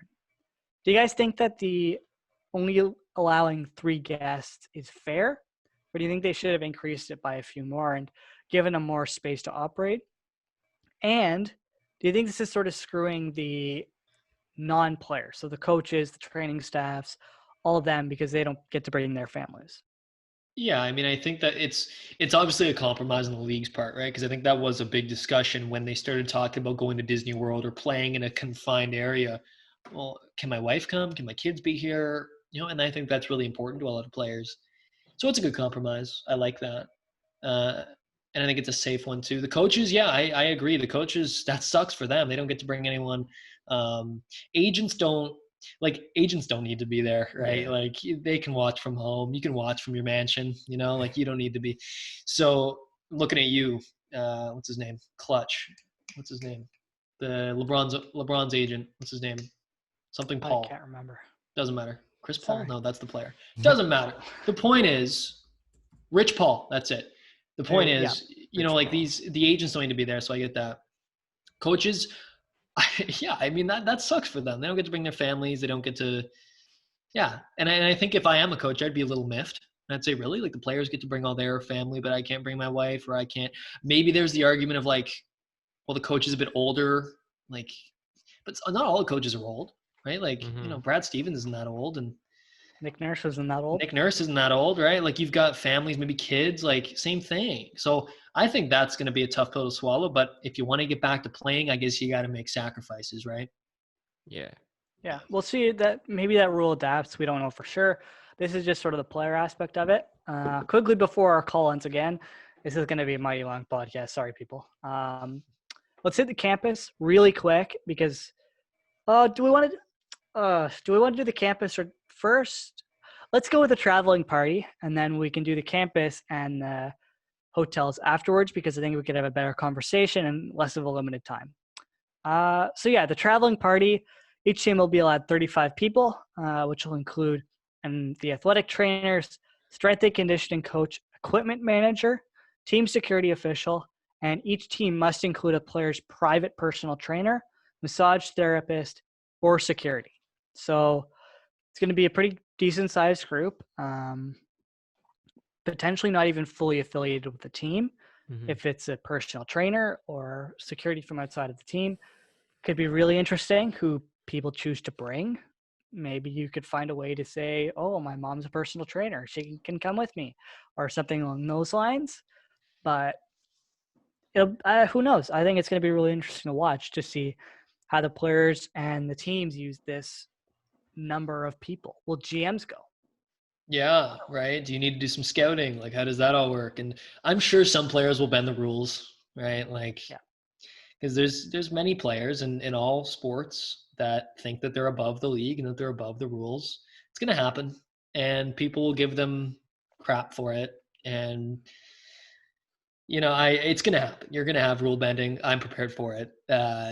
It's one of those things where I'm really glad though that all these guidelines are in place so that, like, if LeBron does try to big league the NBA and bring a bunch more people in his travel party, hopefully they're going to crack down on him. Now, I don't know what kind of punishment you would get. Same thing. Is it a fine if you bring more? Like, I don't even, I don't know how you punish that.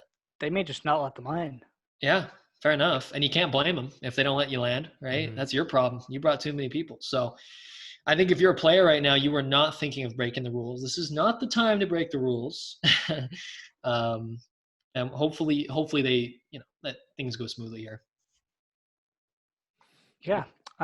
So I guess after the break, we will hit the campus and some of the amenities that it has, and the hotels, which I want to get your takes on. So we'll be right back.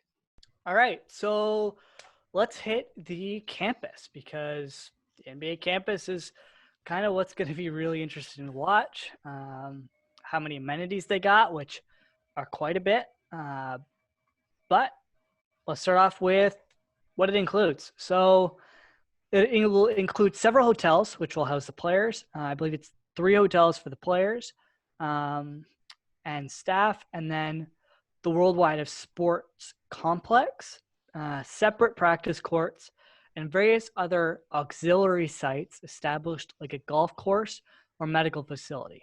So players are pretty set. In terms of what's on the campus, in terms of hotel amenities, there will be a players-only lounge, which will include 2K, TVs, gaming, so I assume like COD, Fortnite, maybe FIFA, because I think Kevin Durant just bought a part of an MLS team, so there's that. Yeah, but there's also going to be a pool/trials, which I assume is like where guys can do laps. There's going to be a barber, which I assume Lucky them. Yeah. Well, you open Friday, so you watch your mouth. I'm still waiting here. True. Yep. I still got at least another week minimum. Hey, that's not too bad. At this point with this thing, that is very bad. There'll also be, oddly enough, manicurists and pedicurists. A little mani-pedi. Yeah. Maybe that's because they're constantly dribbling basketballs, or their toes maybe it's for the up. guests. It's for the guests. Spend all day at the spa. Yeah. No, I mean, I guess that makes sense, because you don't want to have long fingernails scratching all the. But I imagine they already. I think teams probably carry manicurists and pedicurists anyways.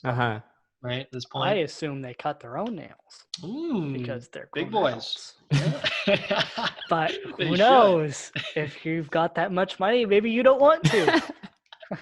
Wouldn't blame them. But it's a safety risk. Can't lose a fingernail. It'll ruin my NBA career. That's why I do it. Definitely not because I'm too lazy. Yeah. But they'll also have a 24-hour VIP concierge to try to transition away from nails.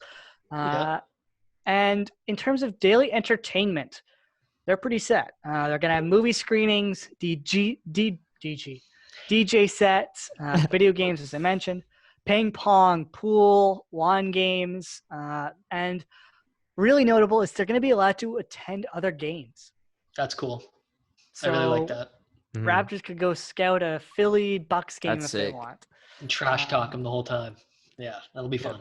Also, did you hear about the movie screening stuff? They might get a chance to see the new Black Widow movie. Disney might give them permission to watch that stuff. Yeah, they're gonna have access to like all the Disney movies, and that might be included. So that'll definitely get leaked. I know, Yeah. spoilers, right? Yeah. If you're telling me that one of those NBA players isn't going to live stream that, you're nuts. They're going to have to take away phones as they go in to the Yeah, no theater or kidding. wherever. But yeah, I think that attending games is the coolest part. I wonder if they'll let them go to MLS games, because MLS are also staying at Disney and the Worldwide Sports Complex. So there were rumors that they might let them do that, and I think that'd be really cool. Have like LeBron at a TFC Montreal Impact game would be nuts, but who knows? I think I'd love that. That'd be insane. Well, and from a business perspective too, if you got LeBron and KD sitting in a MLS game, that builds up MLS, right, as well, and gives them some more attention too. So I think that could be really beneficial for both leagues. Why not work together, right? If they're allowed to go, I guarantee you KD's going to a Philadelphia Union game. For sure. Giannis will probably – I don't think there's a team in Milwaukee. So we'll see which team he adopts. LeBron going to an LA Galaxy or LAFC game. I know he also has a stake in Liverpool as well. So maybe if there's I don't know if there's a player on loan from Liverpool in the MLS, probably not, but maybe. Who knows? I don't think so. There's a Canadian who plays for Liverpool. Well, plays with an asterisk. He's a young kid who doesn't really ever get played. There's that. I don't really know. There's not much. Chicharito, did he ever play for Liverpool? No. Well, I know he played for West Ham, but I can't remember if he played for. Yeah, I don't. I can't remember. Whatever. If Steven Gerrard were still around, he'd be an LA Galaxy fan. So there you go. But yeah, that's sort of what they got set up. I think that's pretty sick. I don't think they're going to be bored at all. You're going to be able to interact after a certain date, obviously, with everybody else. So I don't know. I can't really see the NBA players complaining about this.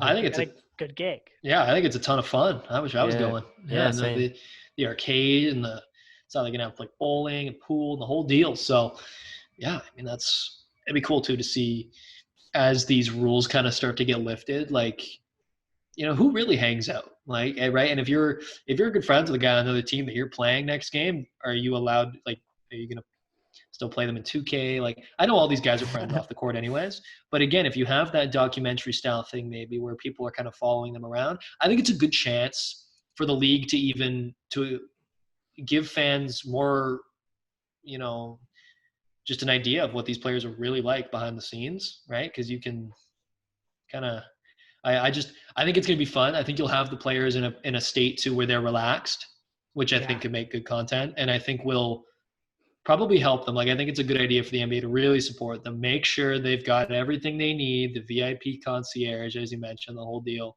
Because the last thing you want, like you said, is for a player to complain. I don't think they possibly can, though, nor should they really. I think the first couple weeks might be difficult because that'll be a weird adjustment. But after that, I think they'll really take to it. I think the players will really enjoy it, and then I think they're just going to get caught up in the game at some point as well. They're going to realize that this is a competition and we're here to win, and that's kind of what our main focus is now. We still want to win the championship. So I think, you know, they're going to have a lot of fun when they're in their hotels and arcades and everything. But then once they hit the court, it's business as usual, and that's going to be priority number one, hopefully for a lot of the players. And then the NBA can focus on more of that safety aspect to it. Yeah, it'll be just like what NHL enforcers used to do, where they talk before the game, have pints afterwards, but beat each other up in game. So, yeah, we'll touch on the NHL in a little bit. Jackson, what were you going to say? No, I was just going to say the golf course. That could be a problem. Yeah, because I know there's a lot of guys in every sport that they like to golf, and you put a golf course right in kind of that whole complex. Like, you guys, I don't know if you guys seen The Last Dance. Like, Michael Jordan, man, he would have probably just put up a tent in the golf course and just stayed there. You know what I mean? Like, there's a lot of distractions, but hopefully these guys, I don't think it should be a problem. The young guys probably get distracted for early on, but I think it's great. I think it's a good thing, the golf course and everything. But here's the thing. So then with the golf, like, you know, you have to have requirements for that too. And even in the arcade, like, I'd imagine they have to sanitize, like, you know, controllers after everyone plays, and pool cues and just everything. Like, I hope it's safe, and I hope that they're careful with that, because that could be a real kind of cesspool for COVID-19 as well, right? All the activities. Yeah. Yeah, with regular testing, you hopefully avoid that. Yeah. But who knows? And also, I think we mentioned this on the last podcast, but the Disney staff and players will never be allowed to be in the same room at the same time, period. So hopefully that mitigates a lot of the risk, but who knows? Something could happen. One case gets in, it could spread like wildfire, or it couldn't when you look at the fact that Rudy Gobert got it and only one other of his teammates ended up catching it, and Donovan Mitchell. Who knows? It's going to be really cool to watch. But let's do hotels really quickly because we still got to do NFL. We still got to do NHL. And we've already been going for like 2 hours. So hotels. We'll start with the bottom of the table, I guess, and then move our way up. So the way that they did the hotels is they've done it so that the teams are in hotels based on where they finished in the regular season, which isn't finished yet. So the best teams are in the Grand Destino, the middle of the pack are in the Grand Floridian, and the bottom of the barrel, we're barely here, players are in the Yacht Club. So in the Yacht Club, we got the Portland Blazers. Yeah. Trailblazers, right. Yep. Portland Trailblazers. The Kings. Sacramento. Who didn't they play at Ryerson? Practice at Ryerson? Yeah, they practice. Yeah, their assistant coach used to be the head coach of Ryerson. There we go. Roy Rana, yeah. Fun fact. There you go. Yeah. The New Orleans Pelicans, so Zion Williamson, which is the only reason they've expanded the rosters, or the allowed teams. San Antonio Spurs, which will be DeMar DeRozan, but I don't think LaMarcus Aldridge because I believe he had surgery and he's done for the year. Out. Yeah, he's out. The Phoenix Suns, who was just announced, I want to say Trevor Ariza, if he's still on the Suns. Might have been somebody else. But he will be done. Oh, Kelly Oubre Jr., sorry. Kelly Oubre Jr. is going to miss the resumption of season to continue rehabbing an injury. So he won't be going. And then the Washington Wizards, who I have no idea how they got in. That's a miracle and a half. But they're going, so good for them. So, yeah, that's the Yacht Club. The Grand Floridian will feature the Orlando Magic, who I guess are the kind of hosts. Maybe, kind of. The Grizzlies, Brooklyn Nets, Dallas Mavericks, Indiana Pacers, Houston Rockets, Philadelphia 76ers, and the Oklahoma City Thunder. So you said Brooklyn Nets and Houston Rockets are staying in the same hotel as the Thunder, right? Yep. So Westbrook, Durant, and everyone, all with the old guys from the Thunder, all in one big place. Is Durant going to go, though? Or is he gonna yeah, probably not. Is he a guy who would go just I guess you can't just go to be there, right? Yeah, no. No. They might allow, because they might let Kyrie go, right? And he's not going to be able to play due to a shoulder injury. Right. They potentially could. I don't know. Cool I'm not really sure what the situation is. Yeah, you're going to have lots of friendly banter, I guess, in the hallways and stuff. Yeah. I think that should be fun. I think the next hotel is really intriguing, though. The next one, yeah. This is the really good one. Yeah. So you got the Miami Heat, the Utah Jazz, the Denver Nuggets, Boston Celtics, LA Clippers, your Toronto Raptors, the Los Angeles Lakers, and of course, the Milwaukee Bucks. Wow. So you got LeBron, Kawhi, the Raptors, and all the same place. You got the Heat and Jimmy Butler. Giannis. You got the Celtics and Jason Tatum. Yeah. Nuggets in Nikola Jokic, who I don't know if you saw the pictures, but this guy lost a ton of weight. So did Marcus Gasol, which I don't think we hit on a couple weeks ago. He looks skinny at this point, which is very good because more nimble. But yeah, that last hotel, let the tampering begin. Yeah. No kidding, man. Giannis Antetokounmpo is going to be the most social human being on the planet. Yeah. Dealing with coaches and players, and if the GMs are going, I pity him. Yeah. No kidding.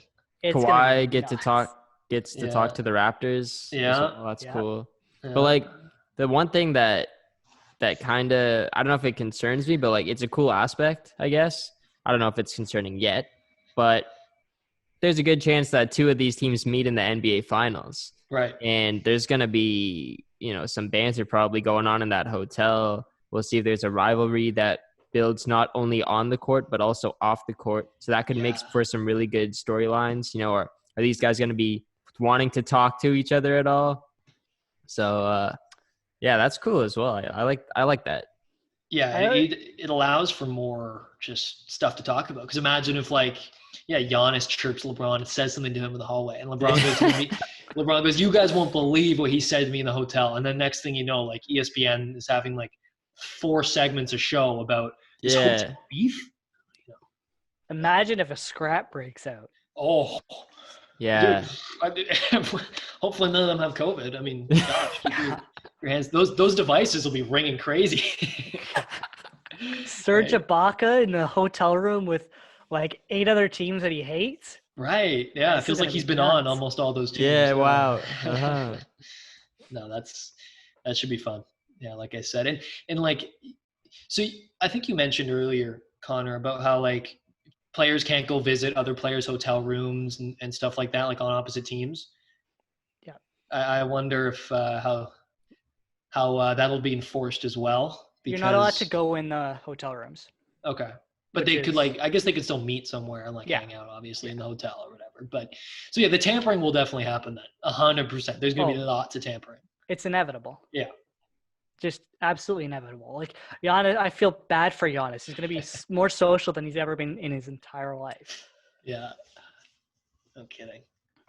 But yeah, do you guys have anything else to say in terms of the basketball? Because we've been talking about this for an hour.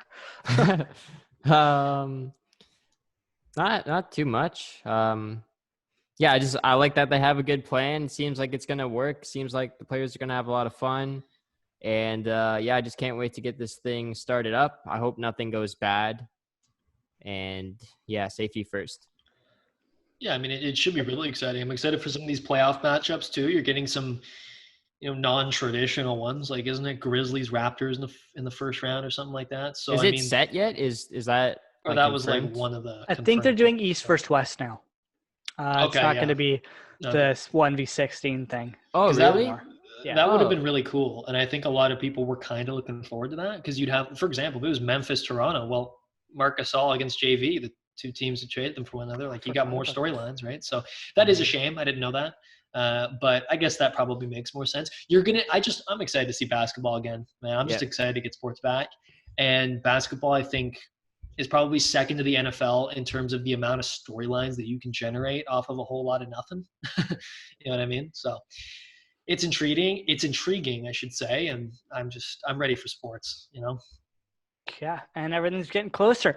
NHL is getting closer, which we got to hit on. We're not going to hit the Buffalo Sabres stuff because that's still developing. We'll hit that next week. And we've already been going forever.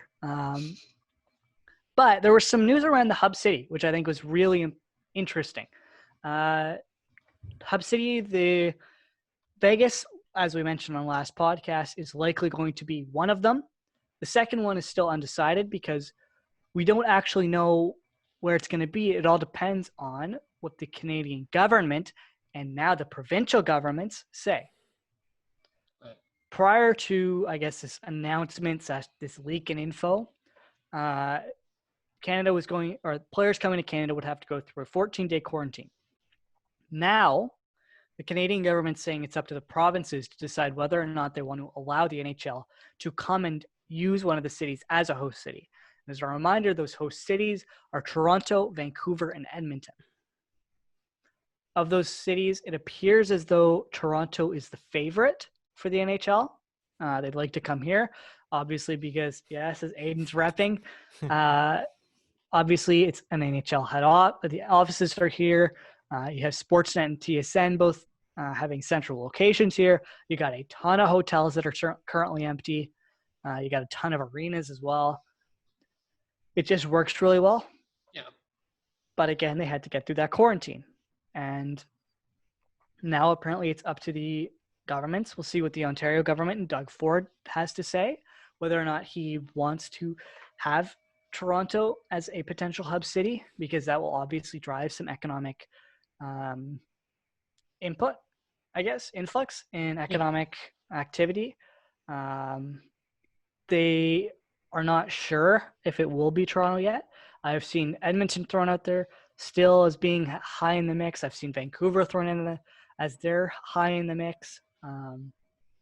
I think Toronto is the most likely outcome, but we don't know what Doug Ford will say. He could say, look, we don't think this is a smart decision, so they choose Edmonton, but we just don't know yet. I think it's going to be fun to watch. The announcement, I believe, is June 22nd, which is 5 days from now. So next podcast, we should know, and we will definitely dive into that when it is announced as Toronto and Mattamy becomes one of the venues. Yeah. But who knows? I'm excited. I think everybody else should be excited. But yeah, I don't really know what else to say. It will be interesting to see if they do choose the Mattamy, how that affects our multicam course, because that will become a part of the bubble. Right. And I don't know if we will be necessarily allowed to go. We should get like exclusive access with our one cards. We get to go watch some Stanley Cup final action. That you can't do, because then you'll have the entire Ryerson community showing up. Yeah. And that'll be a just sport nightmare. media. Just sport media. Well, yes, because they have a way of enforcing that. I think it's exciting because, like, imagine just if teams are practicing at the MAC, let's say. I mean, it's just fun. That's just gonna be cool to see. Like, dude, we broadcast games there, and now there's an NHL team practicing there. And I mean, you know, I know like the Kings practiced here before and stuff like that, like the Sacramento Kings basketball and stuff like that. But it's cool, you know, to say like, yeah, they're practicing our building right now. I think that'd be a lot of fun. I think one thing with Toronto too is like they. All the hotels, all the big hotels, and like I guess this is in most cities. I'm sure it's the same in Vancouver and Edmonton as well. I know it is in Vancouver, but they're already set up in terms of like a tourism type thing. Remember, they also have like a good transportation system because of the Pan Am Games, right? Like they had to build up the UP Express. They have the HOV lanes, whatever you call them. You can call the HOV lanes on the highway. Yep. So that again could be infrastructure that makes the NHL want to lean there because. I mean, you guys know how it is, especially you, Aiden. The commute from Oakville to Toronto, those HOV lanes, they come in huge sometimes. Oh, yeah, for sure. But also, I don't think there's that much traffic on the roads right now either. So, again, what I'm saying is I think Toronto has enough advanced infrastructure as they've hosted big events before, although so has Vancouver has a whole Olympic Village. So, you know, right? Like Vancouver has a whole Olympic Village. They have good public transit, same thing, tourism, good economy structure, all that. So, you know, I don't know.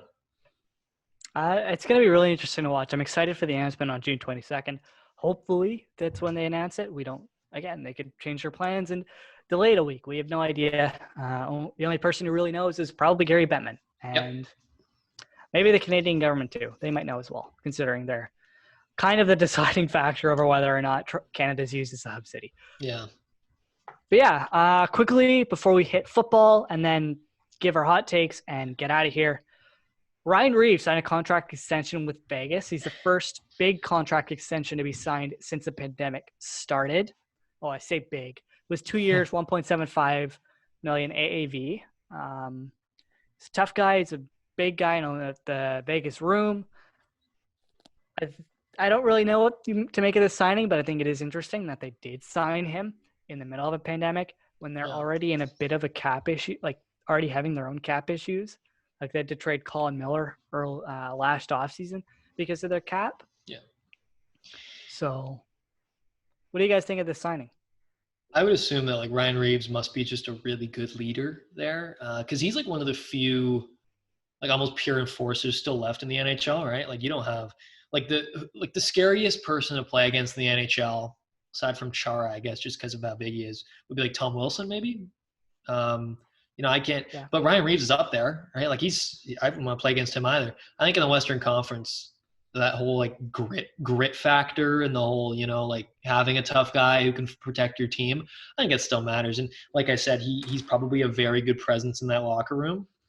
which would be another reason as to why you keep him. And I bet you he's a fan favorite too, because he's a fighter, and Vegas just got hockey. So you see a fighter, you're like, that's so cool. I love him. You know what I mean? I bet you he sold a lot more jerseys than you'd think. I think also with Ryan Reeves, like he's kind of like that new generation kind of enforcer. He doesn't like, it's not like all he does is fight. Like he can also score a couple goals if you want him to. He can like get on the forecheck and like be an impact player, right? So I think that's kind of why Vegas decided to pay him. There's not too many of those guys left in the league as well. I think, what do you get, 1.7? I think that's 1.75. pretty good. Like if he gets 1.7, I think you can compare him to a guy like Kyle Clifford, who might not have that offensive upside, but he's still physical, like Ryan Reeves. So he should be getting less than that if the Leafs choose to extend him, but we'll get into that another day. They won't. Yeah. But then I think Tom Wilson, you mentioned him, he's probably the best in the game at enforcing, and then also he can put up 20 goals a year as well. So he deserves a big paycheck. I think he got one last year or 2 seasons ago. Yeah. The year they won the cup. Yeah. The year they won the cup. So yeah, I think it's a good signing for Vegas. He was a big part of, their run in their inaugural season as well. So I think it also shows like that there still is a place in the game for, tough guys, for fighters. Like, because the movement is like, towards analytics, towards speed, towards puck possession, and you need that. Yeah.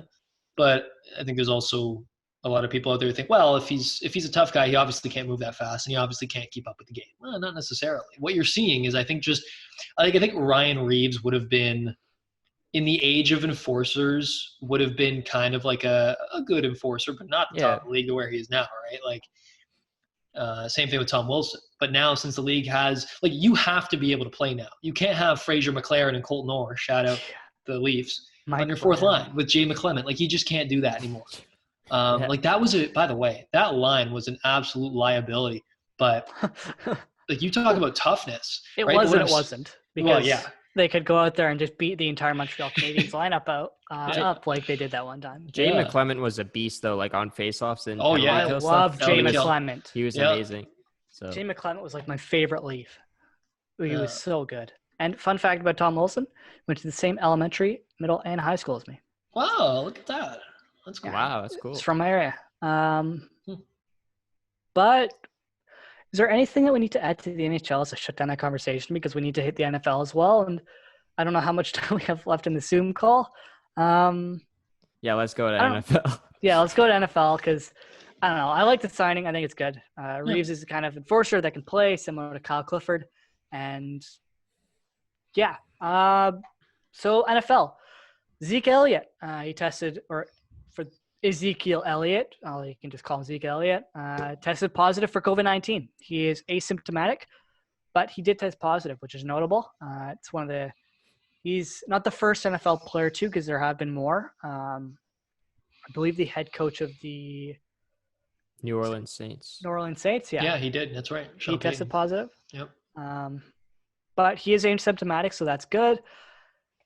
We'll see how the NFL reacts. They're the kind of league, to me, that just ignore COVID completely, like the Florida and Nevada and every other case in the U.S. where it's exploding. But who knows? Maybe they're more forward-thinking than we thought they were. They've been recently kind of, with their way that they've handled the current Black Lives Matter movement and the protests and everything down in the U.S. and around the world. If you've been paying attention to soccer, before the games today in the Premier League, both teams kneeled before the kickoff, and they have Black Lives Matter on the back of their shirts instead of their names. So it's become a global movement, and NFL sort of done okay, but they also blacklisted Colin Kaepernick, but that might change because apparently, according to, I think it's the coach of the Chargers, Colin Kaepernick is on I think it's an emergency tryout list. Yeah, I think they call it like a workout list, something like that. Emergency workout list. Which makes sense because they have they just drafted that young quarterback, Justin Herbert, high in the draft. So you need someone to – I don't think he should start day one. Right? They also have Phillip Rivers. He actually went to the Colts. Right. So that's kind of where – and I think they picked up Tyrod Taylor. Yeah. So And Colin Kaepernick has a game that could fit into a system built for Tyrod Taylor, right? Option guy, read option. Mhm. He likes to run the ball, can scramble, has a good arm, maybe not accurate, but a good arm. Power. And I don't. Now here's the thing with Kaepernick. I don't know how good he is now. I mean, it's been a while since he played last. But I mean, if he's working out for NFL teams, he's obviously a very capable quarterback. And I do agree. I think that he is probably still one of the top 64 quarterbacks in the world, just based off what he did early in his career with San Francisco. If the Chargers were to sign him, it'd be huge for their brand, but more so, it would be huge for the NFL as a step forward. And um, you can't just slap a Band-Aid on that situation and be like, well, it's good now because the Chargers signed him. It's like, no, well, you actually did blacklist him, as you mentioned, for a long time. And no one really in the league really supported him. That was evident when he was out of the league for however long it was, 3 years or something, right? So this is a step forward. If they don't sign him, let's say they don't sign him, they remove him from their workout list. What does that tell you? Right? Like, I don't, and then are people mad at the Chargers now because they didn't sign him? Or are they do have three? Sorry, they do have three quarterbacks, which I think we do have to take into account. Yeah, they'll be taking a risk on him. Although the PR move, the positive PR move that would be for the organization and the NFL would be just astronomical. Yeah, and I think the Chargers too, especially right now, like they don't sell tickets. They're competing for so much in that market. The Rams are bigger than them. Yeah, they just got a new brand, right? Their uniforms. They changed up their uniforms. So, I mean, Kaepernick would be a huge thing in terms of money and, I guess, bringing in that new brand of the LA Chargers. And he is would is it LV, Las Vegas? Is it that what it? The Chargers? No, the Chargers are Los Angeles. Los Angeles. Yeah. The Raiders are Las Vegas. Yeah, the Raiders are Vegas. But I think for Kaepernick too, like that would be a good situation for him as well, right? In a good mentor role, and I think that would be good. He's experienced in life, right? For sure. And he's also, I mean, he played in a Super Bowl, right? Yeah. Like we can't forget this. There was that year when they played the Ravens in the Super Bowl. He was good. He was really good. Looked like he was going to be the future franchise quarterback there. Didn't work out that way, but he still got upside, and he would help with experience with the Chargers. He would help mentor them. A guy like Justin Herbert, I'm sure he would do wonders with. So if the Chargers do sign him, great move. That's really all I got to say about that. Yeah, I think with that, we got to sort of wrap up a little bit because we only have like 8 minutes left in our Zoom call. But I'll let you guys sort of think about your hot take while I hit soccer for like half a second, and then I'll give my hot take because I actually prepared one for once, for the first time I think ever. But yeah, soccer Prem started today. I'm going to hit that later tonight. I'm recording an MLS Multiplex podcast with Drew Hubbard and Josh Bolin tonight. That'll hopefully be out tomorrow at some point.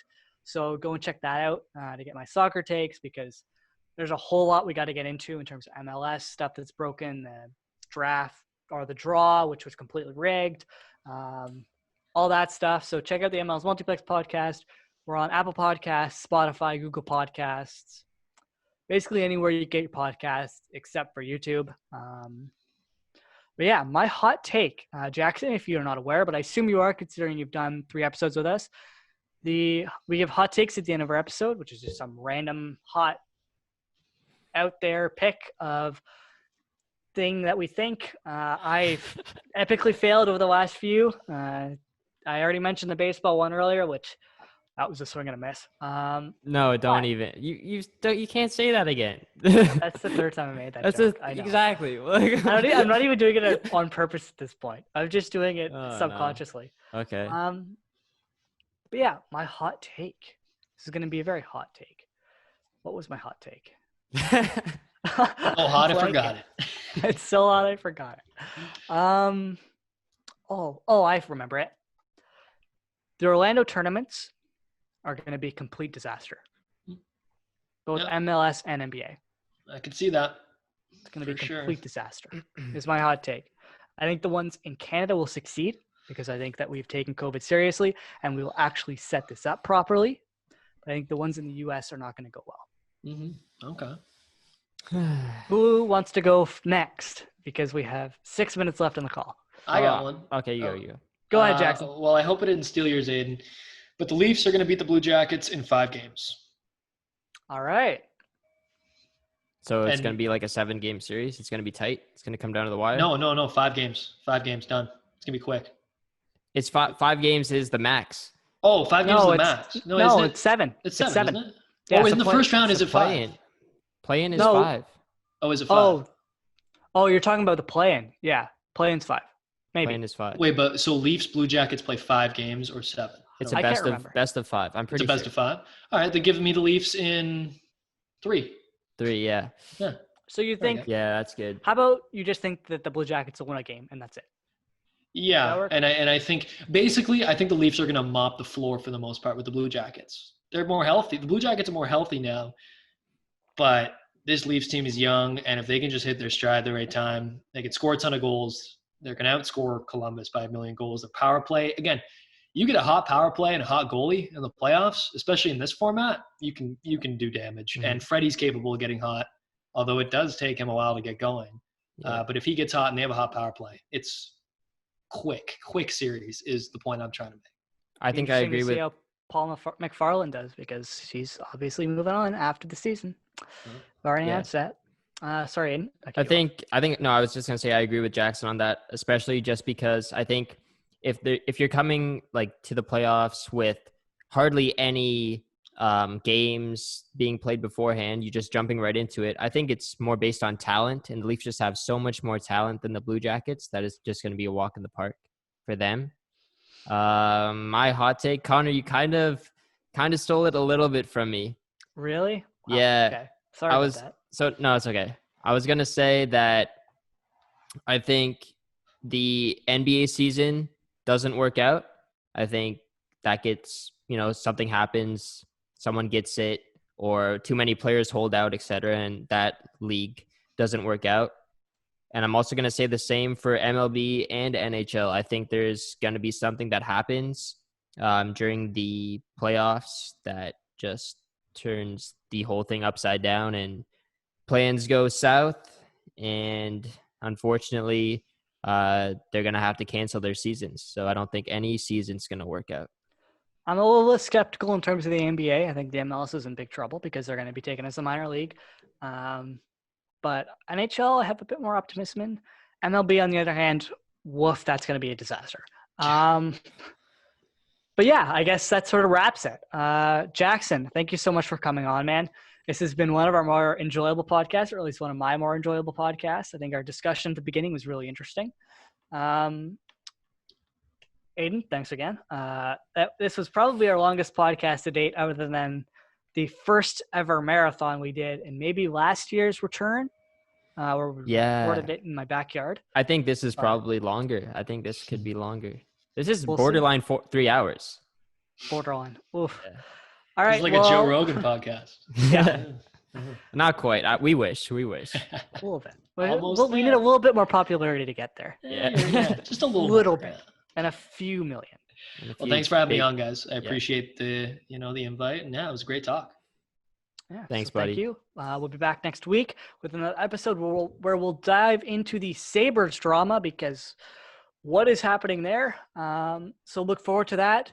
Check out the MLS Multiplex podcast, as I've always told you. Jackson, where can people find you?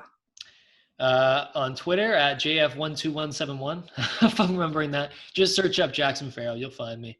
No content right now, but if you like my voice, you can go listen to all the Finch and the Farough. It's all cataloged on Spotify. Same thing with Virtual J's Network. It's all cataloged on YouTube and Twitch. So if you're interested, go for it, man. Appreciate it. Aiden? Yep, same. Twitter, Instagram, at Aiden Silafan. Check out the Unlimited podcast. Probably got one coming this week. I would hope so. So yeah, check that out you can follow it on Instagram at Unlimited Pod. All the links and stuff for Spotify, YouTube are there. So yeah, that's it. All right. Check out my podcast, MLS Multiplex Podcast. Got a Staff and Graph podcast coming up probably tomorrow morning, maybe late tonight. Check me out on Twitter at CWG Somerville, SOMERBILLE, and at Connor_Somerville on Instagram. Thank you so much for listening. We will see you next week. Peace.